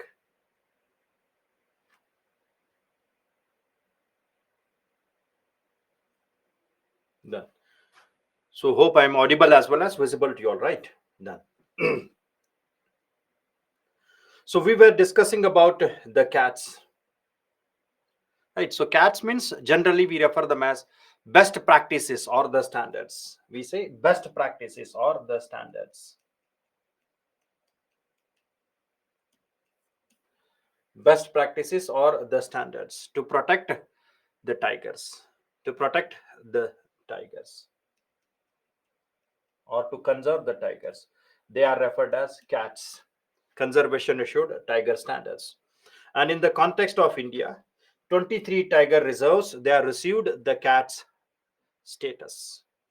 They have received the standards, and it also gives awards to the tigers reserves where the population has been doubled. And in the context of India, three tiger reserves were seen in the year 2023. And these are the Pench Tiger Reserve, which is spread in two states, that is in Maharashtra, Pench Tiger Reserve of Maharashtra, and Pench Tiger Reserve of Madhya Pradesh. Madhya Pradesh. And the third tiger reserve is again from Madhya Pradesh. And this is referred as the Satpura Tiger Reserve of Madhya Pradesh. Satpura Tiger Reserve of Madhya Pradesh. Madhya Pradesh. So these are the three tiger reserves which received the T into 2 awards. T into 2 awards in the year 2023. T into 2 awards. So T into 2 means we refer them as tiger times 2.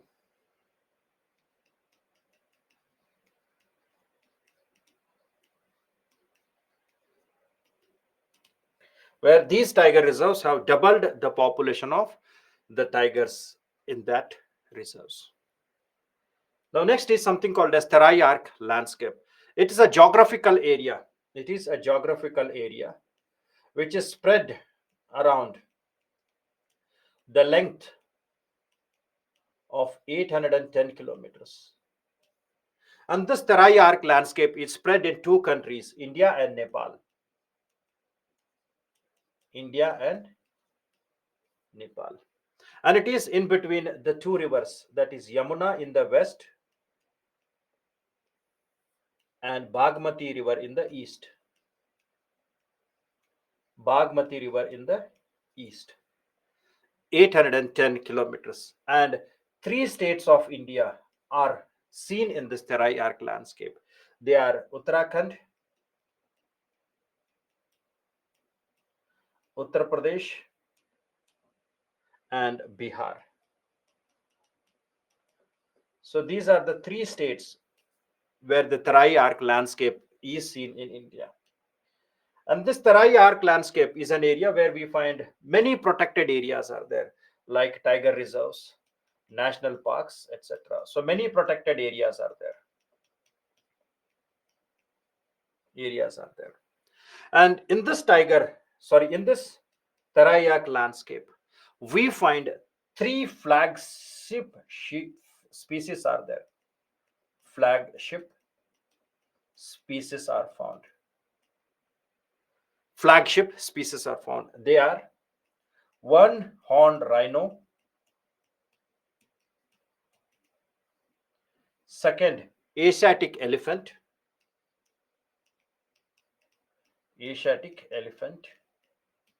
and the third one is the tiger, Royal Bengal tiger. So three flagship species are there. Three flagship species are there. Now, the moment when you talk about flagship species, so what are flagship species? So flagship species are those species which are in the verge of extinction. There are threat survivals of them. So these are the species which are in the verge of extinction. Verge of extinction. It means that if you don't protect them, then they can become extinct. So they are in the verge of extinction. And to draw the attention, to draw attention for conservation, of these species, they are also referred as, ambassador species. Ambassador species. Ambassador means brands. They are also referred as brand species. So flagship species are those species which are in the verge of extinction, and they are introduced as an ambassador species to create awareness in the context of conservation of the biodiversity and these species. And three flagship species which are found in the Terai Arc landscape are one-horned rhino, Asiatic elephant, and tiger. See, Terai region, this you have already done in your geography, but still understand. In the context of Himalaya, we have the three regions: Greater Himalayas, Middle Himalayas, and Shivaliks. So this region is referred as foothills of Himalayas. This region is referred as the foothills of Himalayas. Foothills. And in the foothills of Himalayas, when you move downward, so first, this region, you will have a pebble-like depositions. We refer them as bubbers. Pebble-like deposits, we refer them as bubbers. And south of bubbers, you will have a region, and this region, which is having soil deposits, which has forest areas, plants, grasses, everything are there. We refer this region as Terai area. This is called as Terai area. So Terai means the areas which is south of bubbers, areas which are both south of bubbers. So this fertile areas, we refer them as Terai, and this entire region in the foothills of Shivaliks, we refer that as the Terai Arc landscapes. Right. Then leopard. In the context of India, the numbers were also counted in the year 2018, and they increased to 62%. Just remember the data that Madhya Pradesh has highest numbers of the leopards. So if you take the data, Madhya Pradesh has highest numbers of tigers. Yes, it is correct. And Madhya Pradesh is the also state where we find highest numbers of the leopards are there. Then the second is Karnataka, followed by Maharashtra. Right. So compared to 2014, the numbers have increased to 62%. 62%. That is 12,852. Facts. Don't make much assessment of these. Right. So facts are very, very important. Then, if you see the category of tigers, in IUCN, it is referred as vulnerable. Out of 9, vulnerable category. In CITES, it is Appendix 1. In Wildlife Protection Act, it is Scheduled 1. So highest degree of protection. Highest degree of protection and conservation.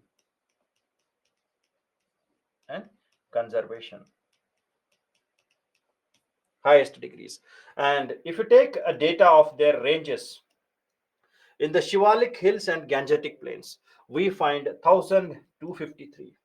But the highest leopard population is found in the central India, and Eastern Ghats. The highest population of the leopards, and it is around 8,071, which includes Andhra Pradesh, Telangana, Chhattisgarh, Jharkhand, Madhya Pradesh, Maharashtra, Odisha, Rajasthan. Right. Then we are having the third region, which is referred as Western Ghats, where 3,386 leopards are there. So these are the regions where the leopards are found. So always remember, the dominant part is Central India and Eastern Ghats, followed by the Western Ghats. Facts. Straight way they can ask in the prelims. Then Project Lion. So the Project Lion was introduced in the year 2020. 2020. It is to protect and conserve the Asiatic lions. Asiatic lion. Now, if you take a data of that, it is listed in Schedule 1 of Wildlife Protection Act of 1972. So, highest degree of protection and conservation. Appendix 1 of sites. It is included in the Appendix 1 of sites. So, these are the facts which you should remember. And it is classified as endangered in IUCN Red List. Endangered in IUCN Red List. India is one of the 5 pantherine cats which are inhabited. They are Bengal tiger, Indian leopard, snow leopard, and clouded leopard.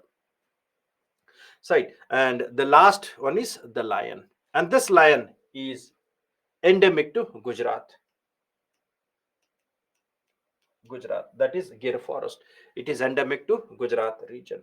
So remember the snow leopard, clouded leopard. So they always are in the news. Where you find them in Ladakh.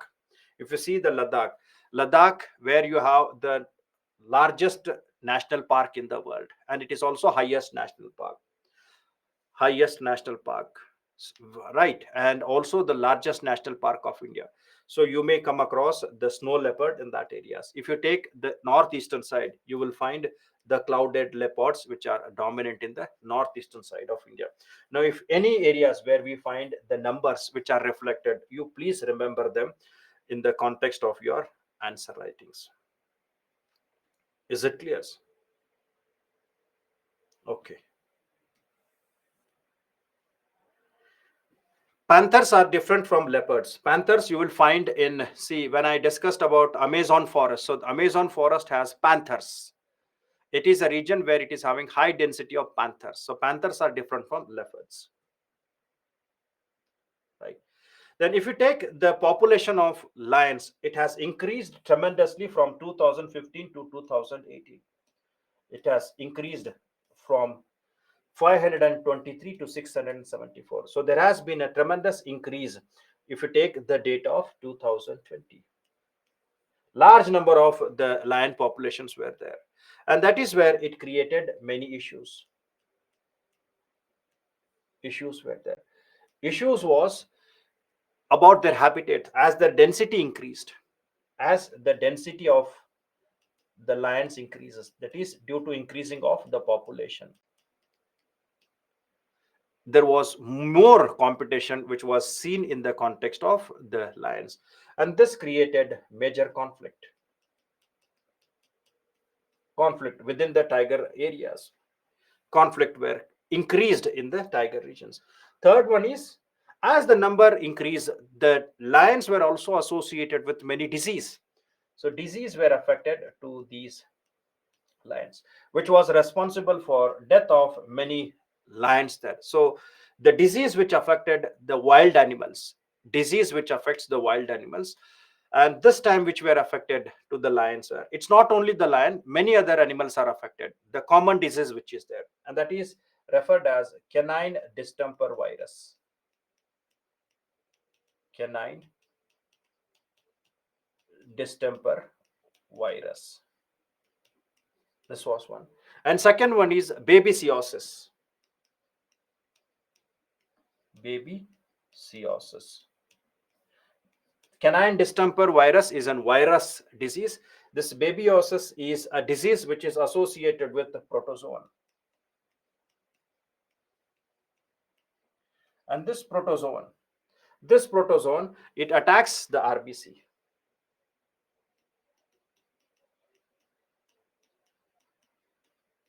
Attacks RBC, which create or which will affect them with anemia, which can lead to death of them.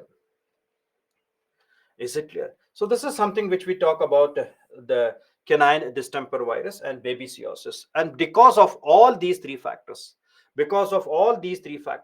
density, conflict, and disease, Government of India decided to relocation of tigers into six areas, six and these six areas are six new sites were identified for lion relocation. Madhav National Park in Madhya Pradesh, Gandhi Sagar Wildlife Sanctuary in Madhya Pradesh, and In Rajasthan, Sita Mata Wildlife Sanctuary in Rajasthan, Mukundra Wildlife Sanctuary in Rajasthan, Kumbhalgarh Wildlife Sanctuary in Rajasthan. So three areas in Rajasthan, two areas in Madhya Pradesh, that is Madhav National Park and Gandhi Sagar Wildlife Sanctuary. Madhav National Park and Gandhi Sagar Wildlife Sanctuary. Relocation for the lions. No, don't confuse. Don't confuse this with relocation of tigers. Kuno Palpur is the region where we relocated African cheetahs.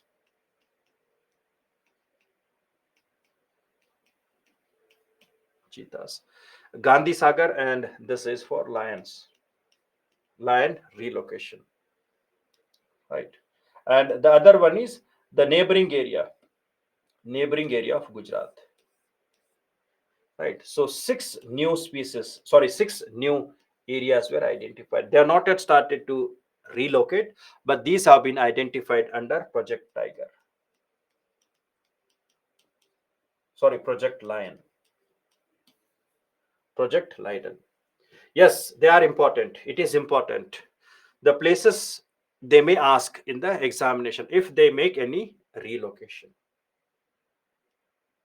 Right. Then translocation of African cheetahs. So this is where we talk about why they are translocated and what are the major issues with reference to African cheetahs. Now you have to remember certain aspects. In the context of India, in the year 1952, India announces extinction of Asiatic cheetahs. In India, the Asiatic cheetahs become extinct. Asiatic cheetah were declared extinct.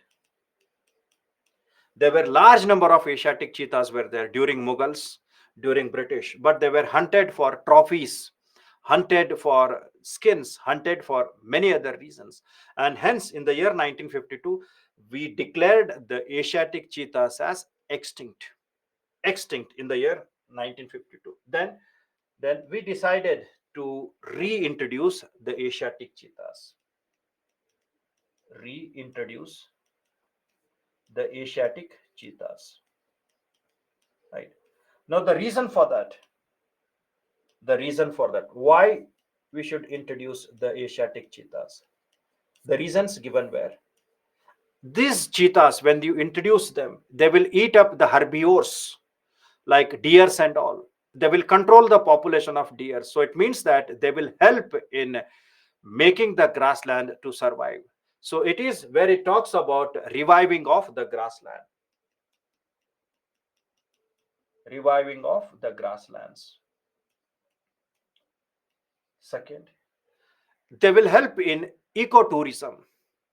Many people will visit to that area, and this ecotourism will generate revenue to them, to the state governments. Third one is when you protect the grasses by controlling the population of deers and other herbivores, so these grasslands will behave like a carbon sink, so they will generate the carbon sink. They will create the carbon sink, and they will also restore the ecology. They will also restore the ecology. And these were the reasons behind where the government said that we have to introduce the cheetahs. And an effort was started to introduce the cheetahs. But these efforts were not successful in the initial stage because the efforts were there to introduce the Asiatic cheetahs from Iran. And the negotiations were not successful. The negotiations were not successful.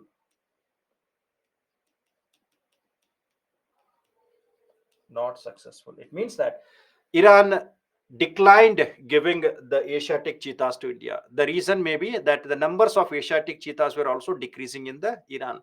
So they declined giving the cheetahs. Then in this regard, central government approached the Supreme Court. Central government approached the Supreme Court that why don't we introduce African cheetahs? So they suggested introduction of African cheetah instead of the Asiatic cheetahs. And center this suggestion of center was accepted by Supreme Court. So Supreme Court gave green signal to introduce the African cheetahs in India.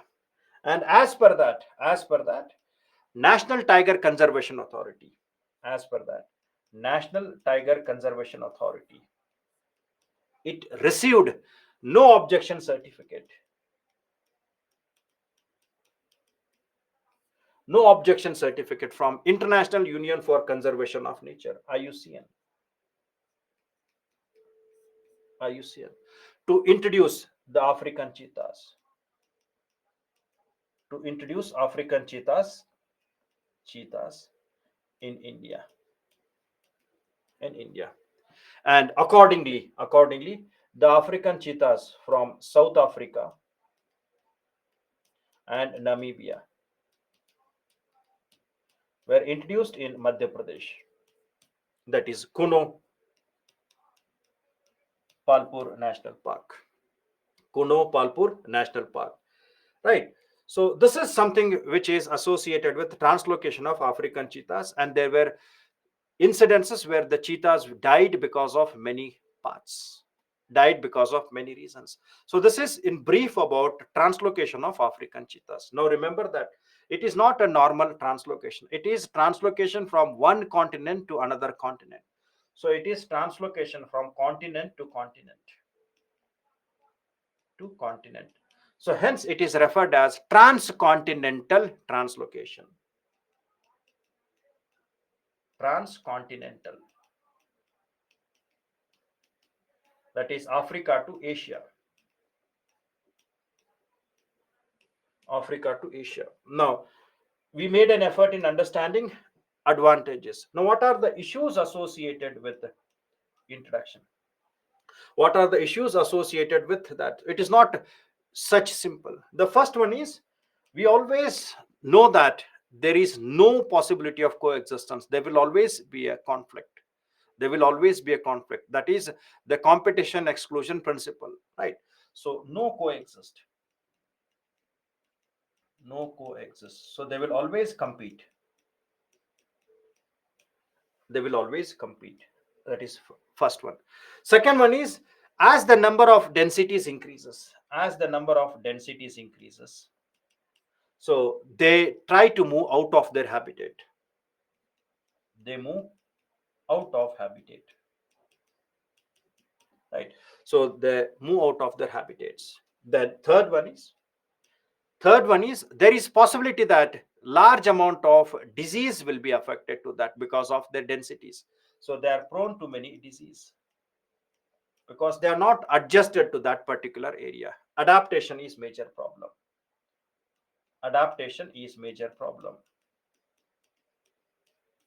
Right? They are not adapted to that areas. So hence they may be prone to many disease. Now, because of such criterias, competition will be there, density will there. So these cheetahs or these wild animals, there may be possibility that they may leave their habitat and enter into human settlements, which can lead to man animal conflict, man animal conflict,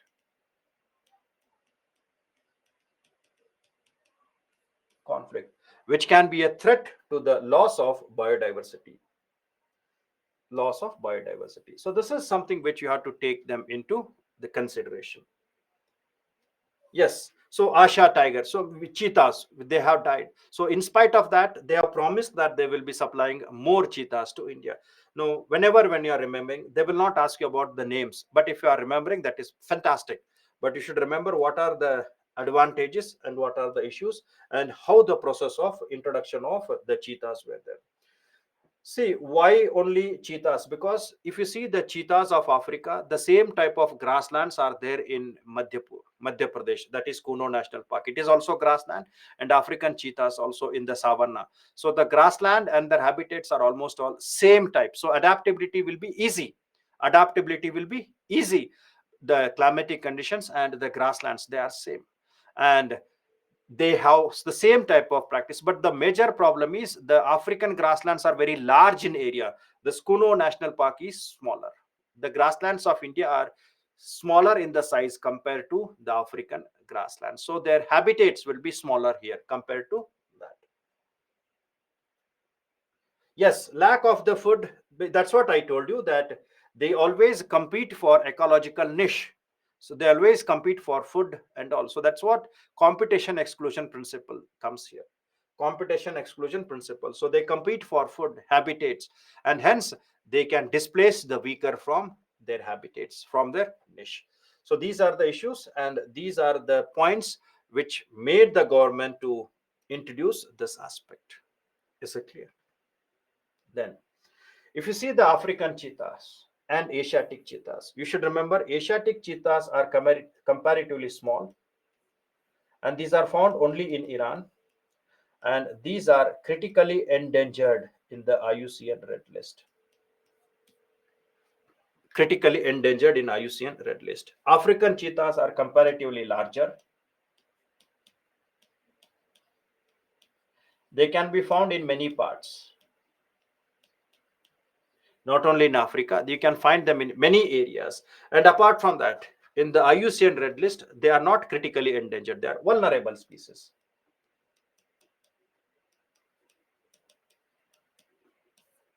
They are vulnerable species.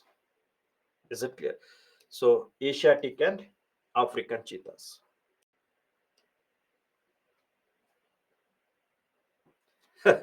So it's a photography which has been done, right? Angry in the sense, of course, all the cheetahs are angry because they are carnivore. They are carnivore. Done. Now, Project Dolphin, which was also introduced in the year 2020, along with Project Lion. Remember, dolphin is a national aquatic animal. National aquatic animal of India. Right. And here, the Project Dolphin is to conserve the Gangetic dolphins, both river as well as ocean. Both river as well as oceanic. Right. Then found in the parts of Gangas, Meghna, Brahmaputra, and all. Karan, how carbon sink? Carbon sink means when the grasses are maintained. So these grasses will perform photosynthesis, and by doing photosynthesis, they will absorb carbon dioxide, and that is where the carbon sinks are created. Because green grasses will always perform photosynthesis, so they will take the atmospheric carbon dioxide, and by that they become the carbon sink. Is it clear? Okay.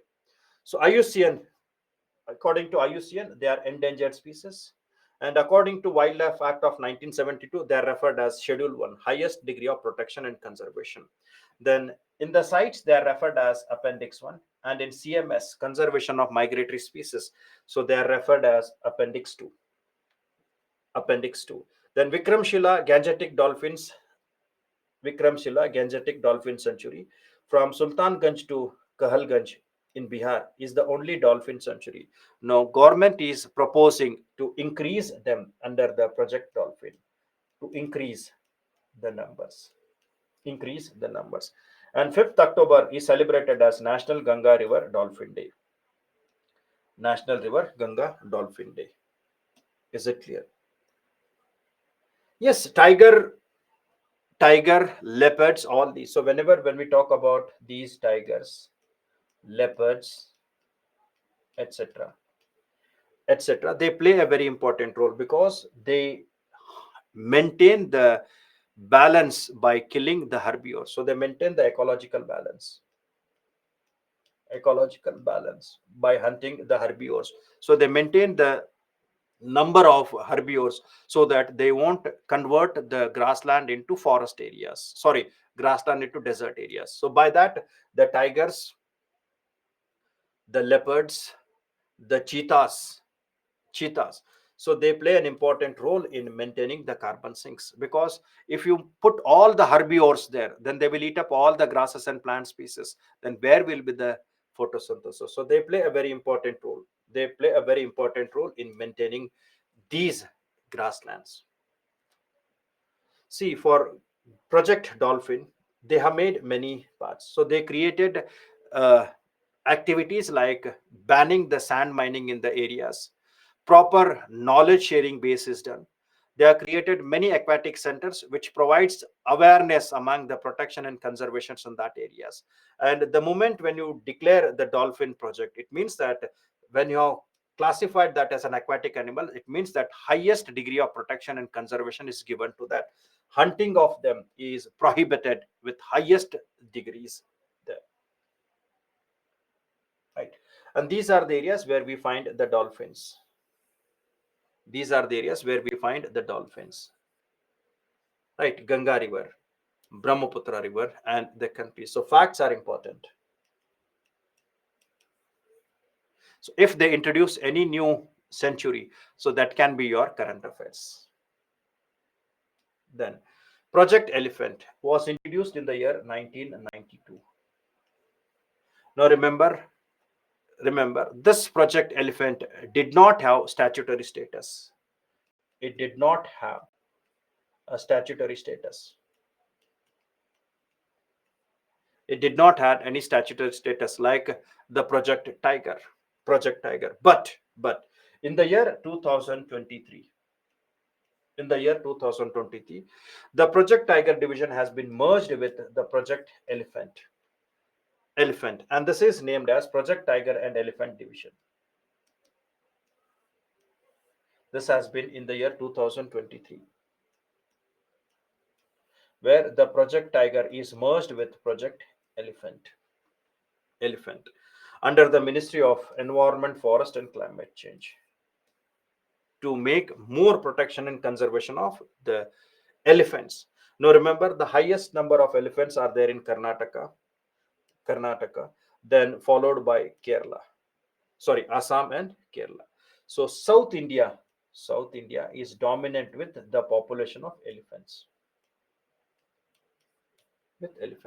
And these are the species often they are seen in the man-animal conflict. They are seen in man-animal conflict. Is it clear?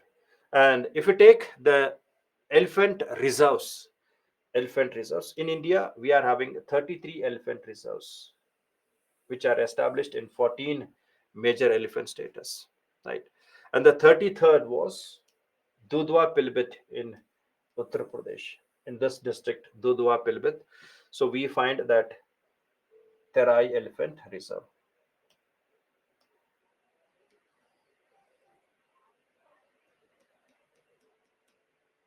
It is UP, Uttar Pradesh.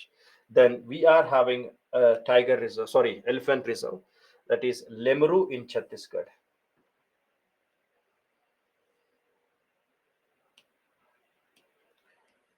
Lemuru Tiger Reserve, sorry, Lemuru Elephant Reserve in Chhattisgarh.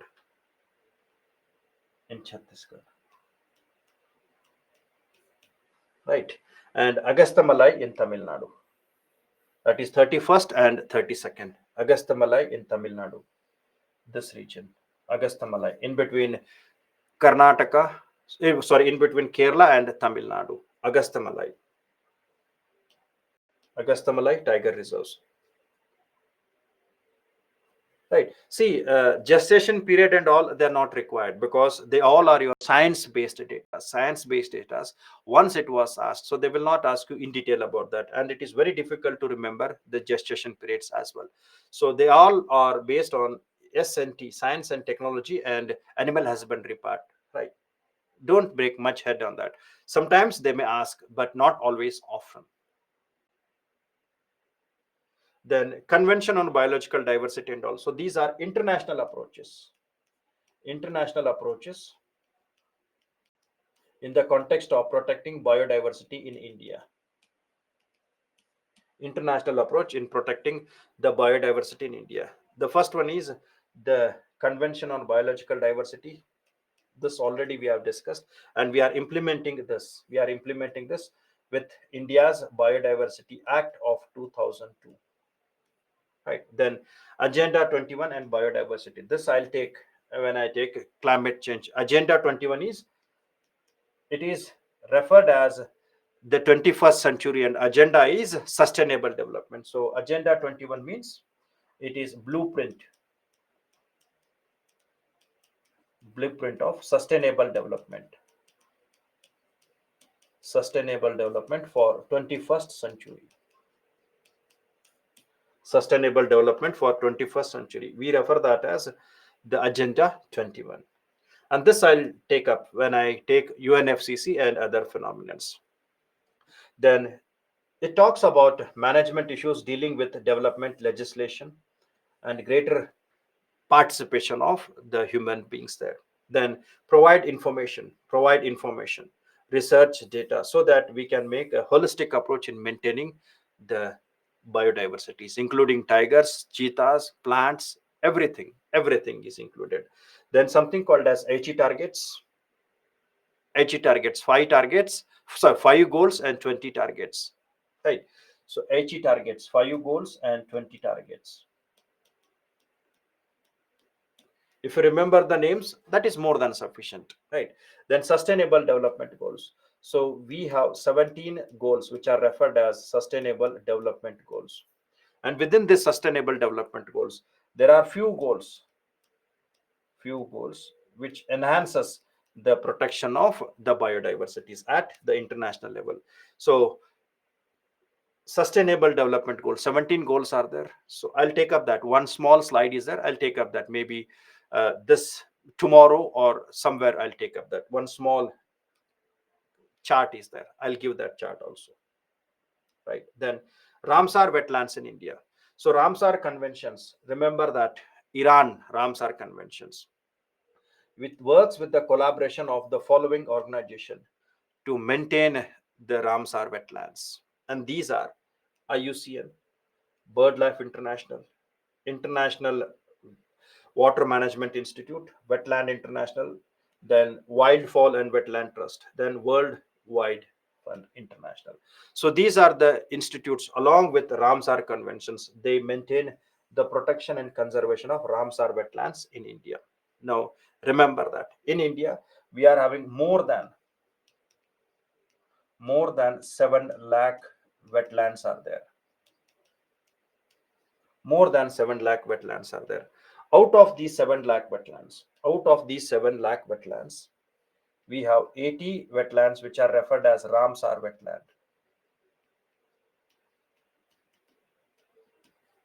Only 80 are referred as Ramsar wetlands. So I told you why they are classified as Ramsar wetland, because of international importance, because they provide a place for breeding of the migratory species. They provide place for endangered migratory species in their habitats, and they also provide socio-economic development. They also provide a significant role in watershed management, that is increasing the groundwater level, and it's a very important component of watershed. So hence such water bodies are referred as Ramsar wetlands in the context of India. And always remember, out of these 80, two are included into Montrac's record. Two are included into Montrac reports, right? Montrac's report. Then recently there were 75 wetlands. Five were added in the year 2024, by which they become 80. And out of these five, we find three are in Karnataka: Agnishani, Magdi, and Ankamutri. So three are in Karnataka, and two are in Tamil Nadu. That is Longwood Shola Forest and Karaiveti bird. So two are in Tamil Nadu,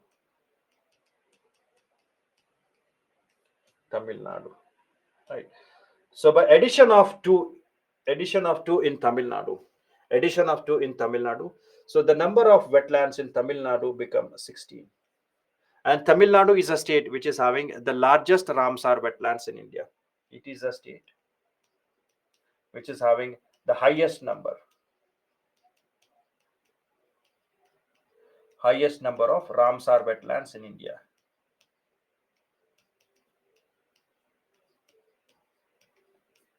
Wetlands in India. So at present, as for 2024, the highest number of Ramsar wetlands are in Tamil Nadu by addition of the two, by addition of these two. So 16 numbers. 16 numbers. So remember this data. Tamil Nadu at present has 16 numbers, which is highest. And one is in the Shola forest, and this is in the coastal areas. In the coastal areas. And three are from Karnataka. Remember the data which are important for your prelims. The first one is Ankan Samudra Bird Conservation Reserve. It is human made, man made in Karnataka. Karnataka. And here we find the painted storks and black-headed ibis. It is an area of the migratory species which keep on entering there. Then the second one is in Karnataka, Agnishani estuary. It is in the confluence of Agnishani river with Arabian Sea. So remember, Agnishani is west flowing river, and here it creates an estuary. So in that area, you will find Agnishani estuary. Then Magdi Kere Conservation Reserve. And remember again, Magdi Kere Conservation Reserve is man-made. It is man-made. So these three are from Karnataka, two are man-made, and one is natural. One is natural. In the Magdi Kere Conservation Reserves, the wetland harbors two vulnerable species of IUCN. They are the Athaya ferina and Sterna aurantia. Remember the names. You don't have to by heart. Sometimes they may ask in the prelims. Then, along with that, it also has four threatened species are there. Near threatened species are there. That is Oriental darter, black-headed ibis, then woolly-necked stork, and painted stork. So these are the four species which are near threatened, and they visit Magdi conservation reserves. And this wetland is designated as important bird area because it is a region which has large amount of birds enters there during their cycle.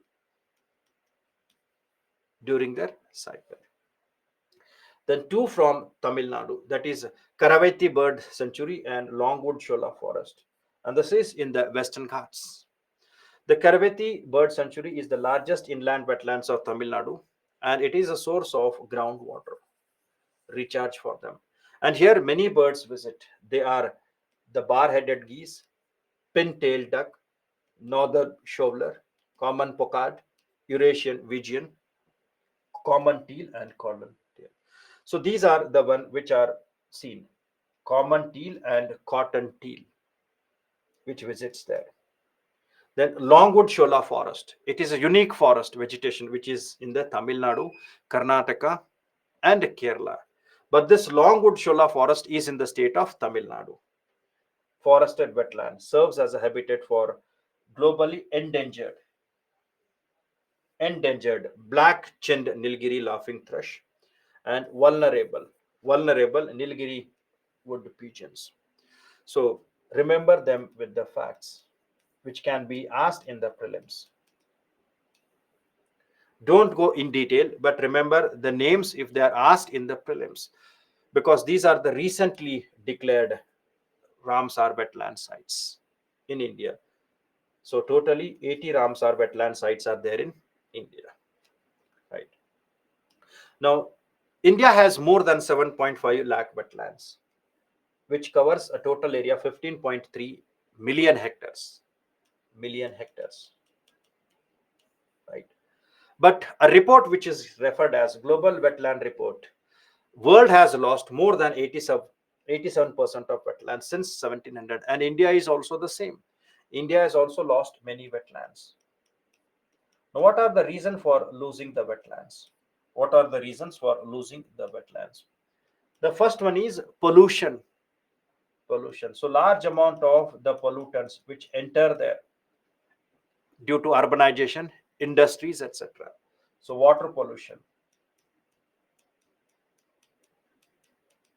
water pollution. Second one is during heavy rainfall when the river brings the sediments there. So they are referred as siltation. Siltation. And the siltation makes the water body shallow. It will make the water body shallow.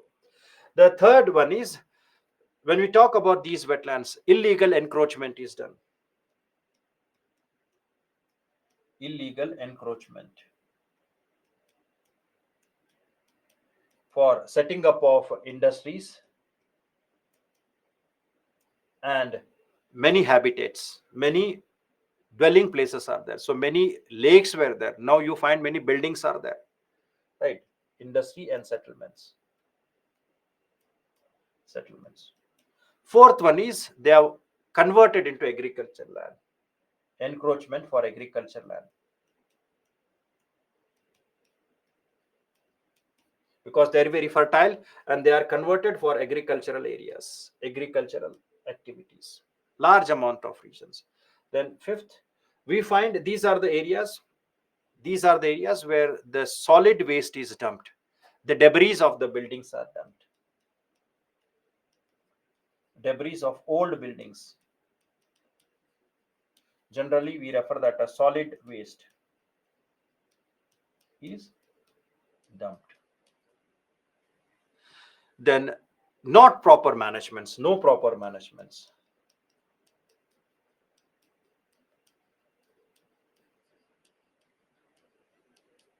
No proper managements, right?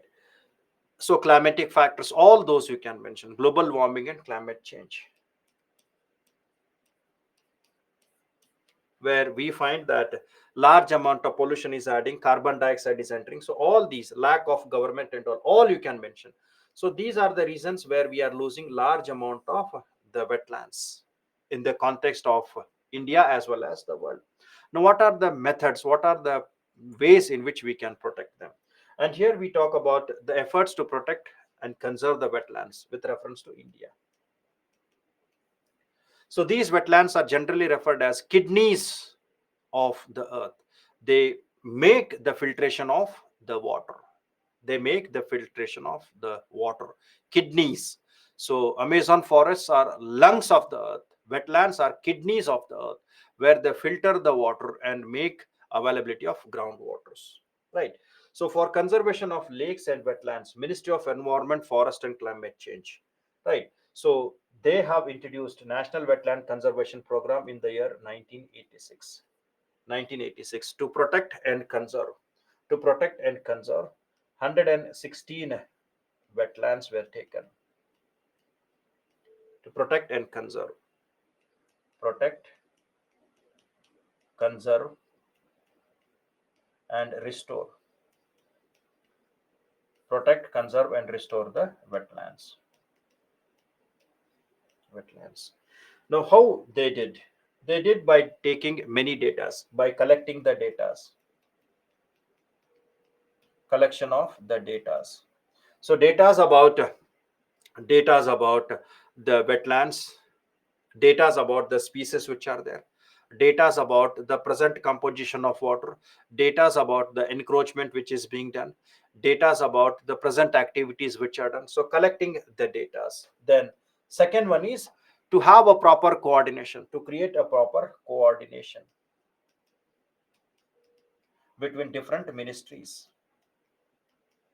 and different departments. Coordination has to be maintained. Then third one is it says that involvement of communities, that is creating the awareness by which the community will participate in restoring that awareness to the community, which will participate in the context of that, right? And then also regulating many acts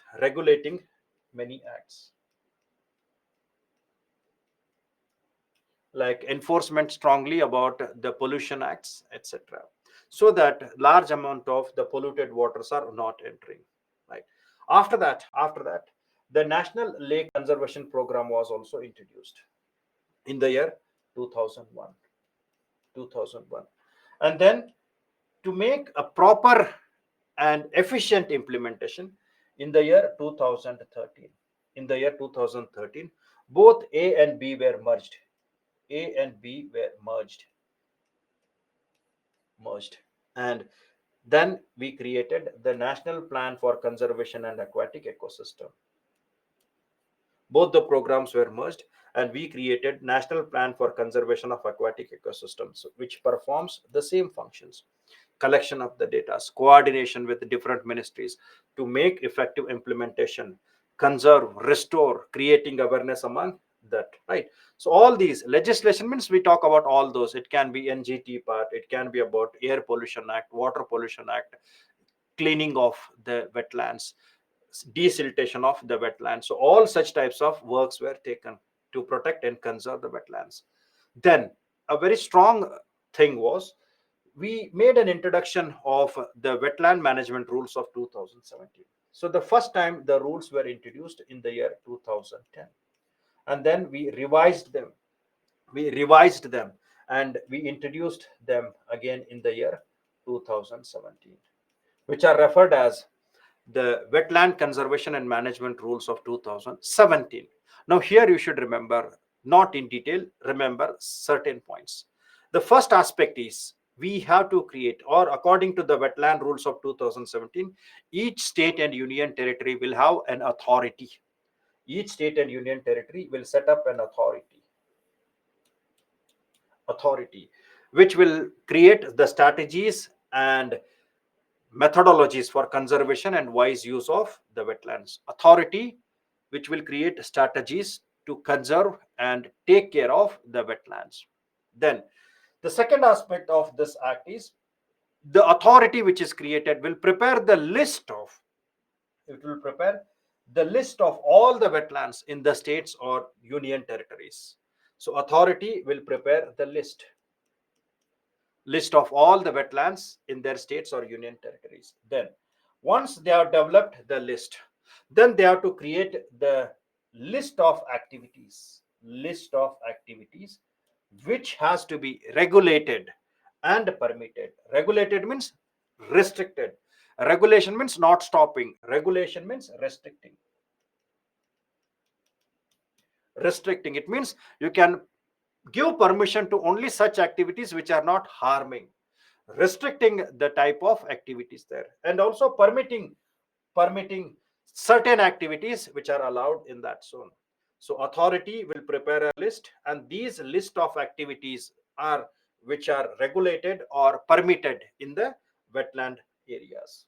Then the rules will prohibit setting up of or expansion of industries which can dispose the construction activities and waste in that. Prohibit setting up of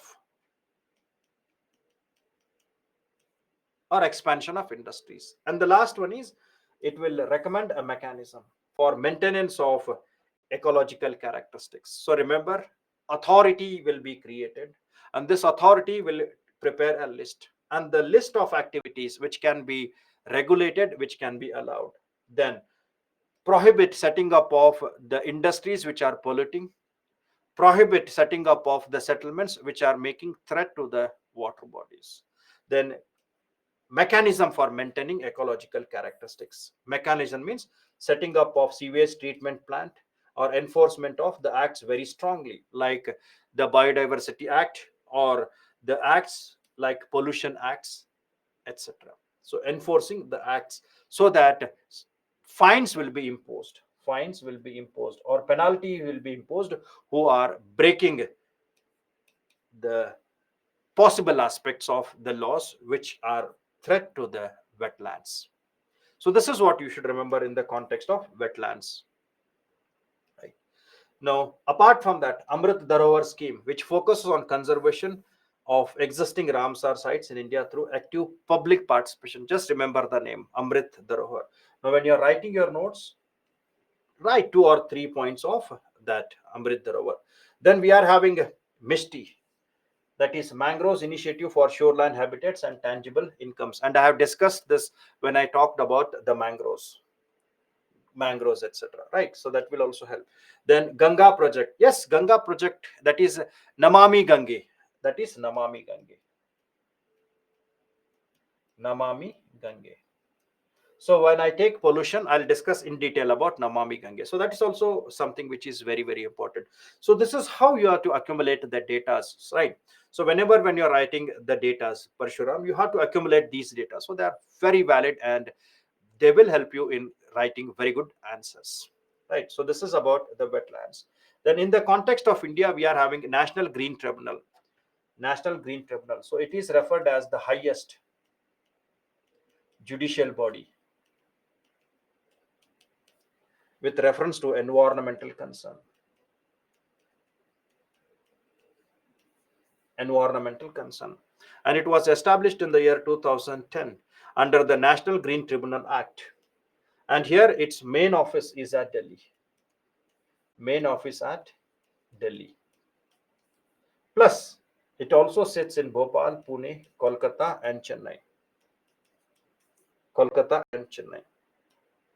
Right. Then the tribunal comprises of chairperson and experts, judicial member and experts. Facts, don't make over interpretation of this. It shall hold the office for 5 years and are not eligible for reappointment. No reappointment for them. Then it is mandated to make the endure for disposing the cases within 6 months. Within 6 months. Factual datas. And the scope of the National Green Tribunal is with these many acts: Air Pollution Act, Water Pollution Act, Forest Conservation Act, Air Prevention and Control Act, Environmental Protection Act. So it is these acts which provides the scope of the National Green Tribunal, where it works by keeping these things in the mind. So taking these consideration, it imposes fines and penalties. Imposes fines and penalties when there is some misleading is done, or when they are not controlled, or when they are not functioned properly, or when the rules are broken. Right. Then Wildlife Protection Act. This is the last aspect of India's. So Wildlife Protection Act of this class. It was in the year 1972 where we created the Wildlife Protection Act, a statutory one. The major objective of this Wildlife Act is to formation of wildlife advisory boards, wildlife wardens, and specific powers which are to be maintained by them. And this Wildlife Protection Acts, it creates the national parks, biosphere reserves based on the inputs which it gets from IUCN. So it is where it establishes the national parks, wildlife sanctuaries based on the data which it receives from IUCN and other resources. So hence the number of national parks, tiger reserves are increased based on the population of those particular species. Then it gives a comprehensive list of endangered wildlife. And once it makes a list of that, they classify them into schedule 1, schedule 2, schedule 3 and all. And then they prohibit the hunting up of endangered species. And they also prohibit the scheduled animals for trade, right? And they also provide licenses for sale, transfer, possession of certain wildlife. Sometimes when you want to trade these animals or the plants, maybe for medicinal benefit, if you want to grow them also, you need a permission. And this permission is given, and after the permission the trade is done with reference to these particular species. Right. Now in the year 1972 it created six schedules, and these six schedules are: schedule 1 and schedule 2, absolute protection, highest degree of protection was given,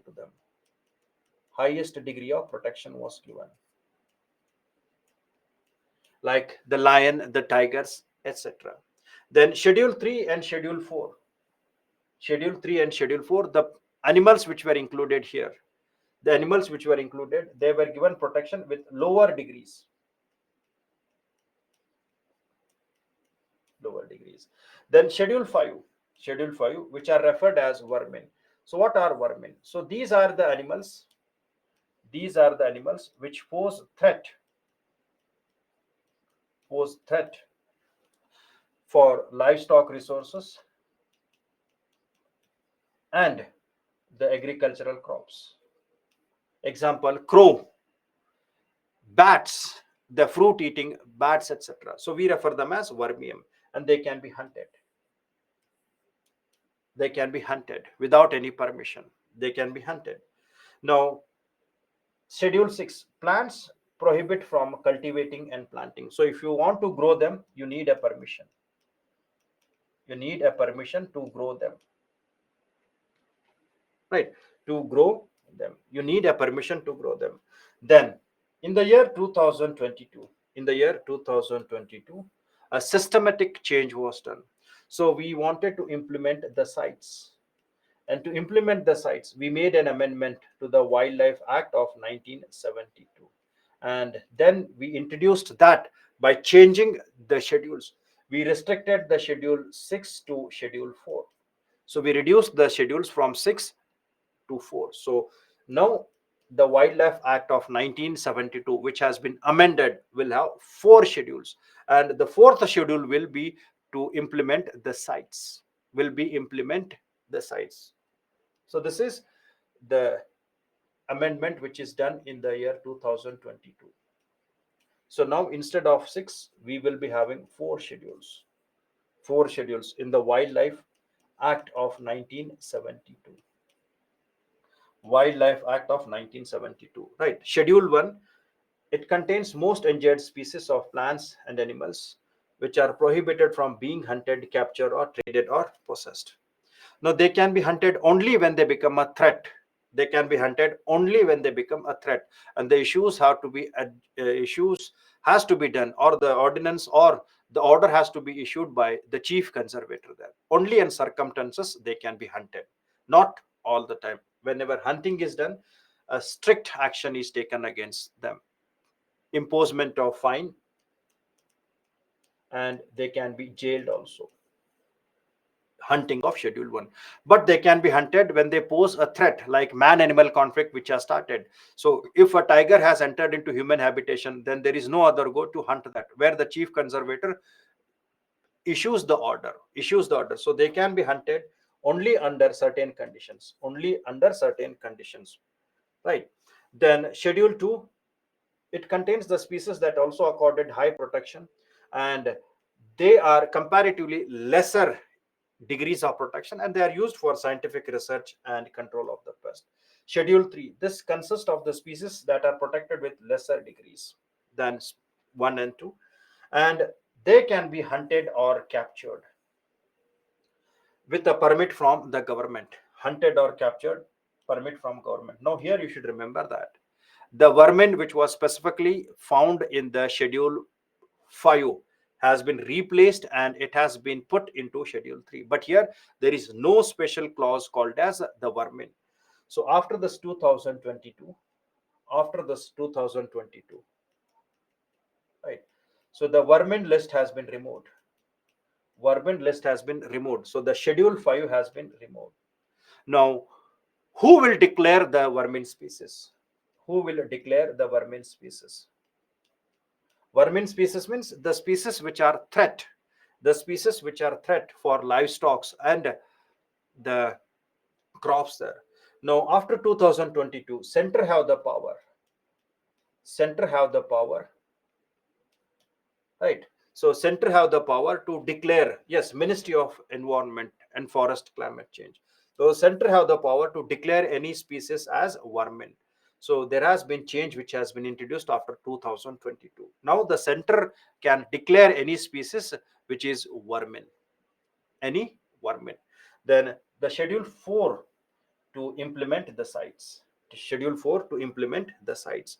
Now here to implement the sites, they created 2 authorities.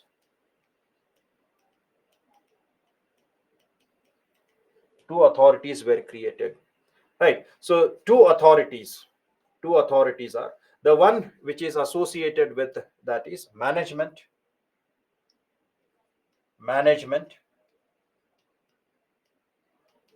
authority. Oh, it's not muted. Am I audible? Am I audible? Yes. So management authority. Yes, management authority which grants exports and imports. Which grants export and import. Which grants exports and import of the endangered plants and animals. So management authority is created which grants exports and import of the endangered species.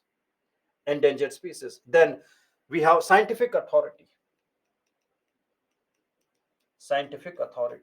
and scientific authority gives advice to regulate the trade.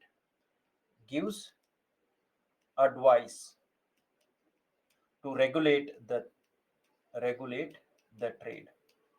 trade of endangered species. Regulate the trade regulate the trade of endangered species. So these are the two authorities which were created to implement sites in India. Sites means that is conservation and protection of the endangered species which are having a threat from the international trade. So this is something about the sites and the Wildlife Act of 1972. So, in a particular plant species is placed under Schedule 6 of the Wildlife Act 1972. What is the implication? So, it means that if anything is there in Schedule 6, which was in 1972, a license is required to cultivate that plants. License is required to cultivate that plant. Parshuram, regarding the Forest Conservation Act and Infrastructure Development Projects. So first, when I take the forests, so there I'll explain what is the Forest Conservation Act of 1980 and what rules were introduced in the year 2022. I'll explain that. So forest conservation talks about, it explains the methods under which the forest land is converted into construction areas, or it provides a provision by which a forest area is diverted to some construction activities. I'm repeating, through this Forest Conservation Act of 1980, it provides the provision where the forest area can be diverted for projects like hydroelectricity, roads, etc. And this has been rechanged, or we say it has been amended in the year 2022, and that I'll discuss in detail because that is important for your exam point of view. So Forest Conservation Act, we will discuss that in detail. Don't get much stressed. Is it clear? So this we have done. So we can have a break of 40 minutes. Then we'll meet up after the 40 minutes break. So it is 3:15. So we'll meet up at 3:50, I guess. So we'll meet up at 3:50. 3:50 we'll meet up, right?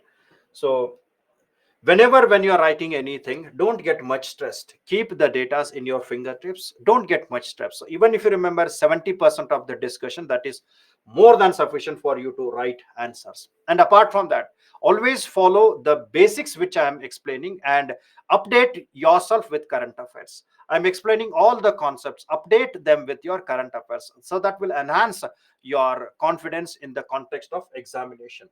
Is it clear? So all these are very important topics. Don't worry, I'll be covering that Forest Conservation Act and amendments which have been done in the 1972. So these are the amendments which I'm telling. So these are the amendments which have been added to the 1972 acts to introduce the sites in these areas. Is it clear? So this is the amendment which is done to the Wildlife Act of 1972. So we can have a break and then we'll meet up at 3:50. Yes, 3:50 we'll meet up. So don't get much stress, have some food, come back, then we'll continue from where we have left. So the next topic I'll be taking with the ozone depletion, and after this ozone depletion we'll move on to global warming and climate change, dynamic topics.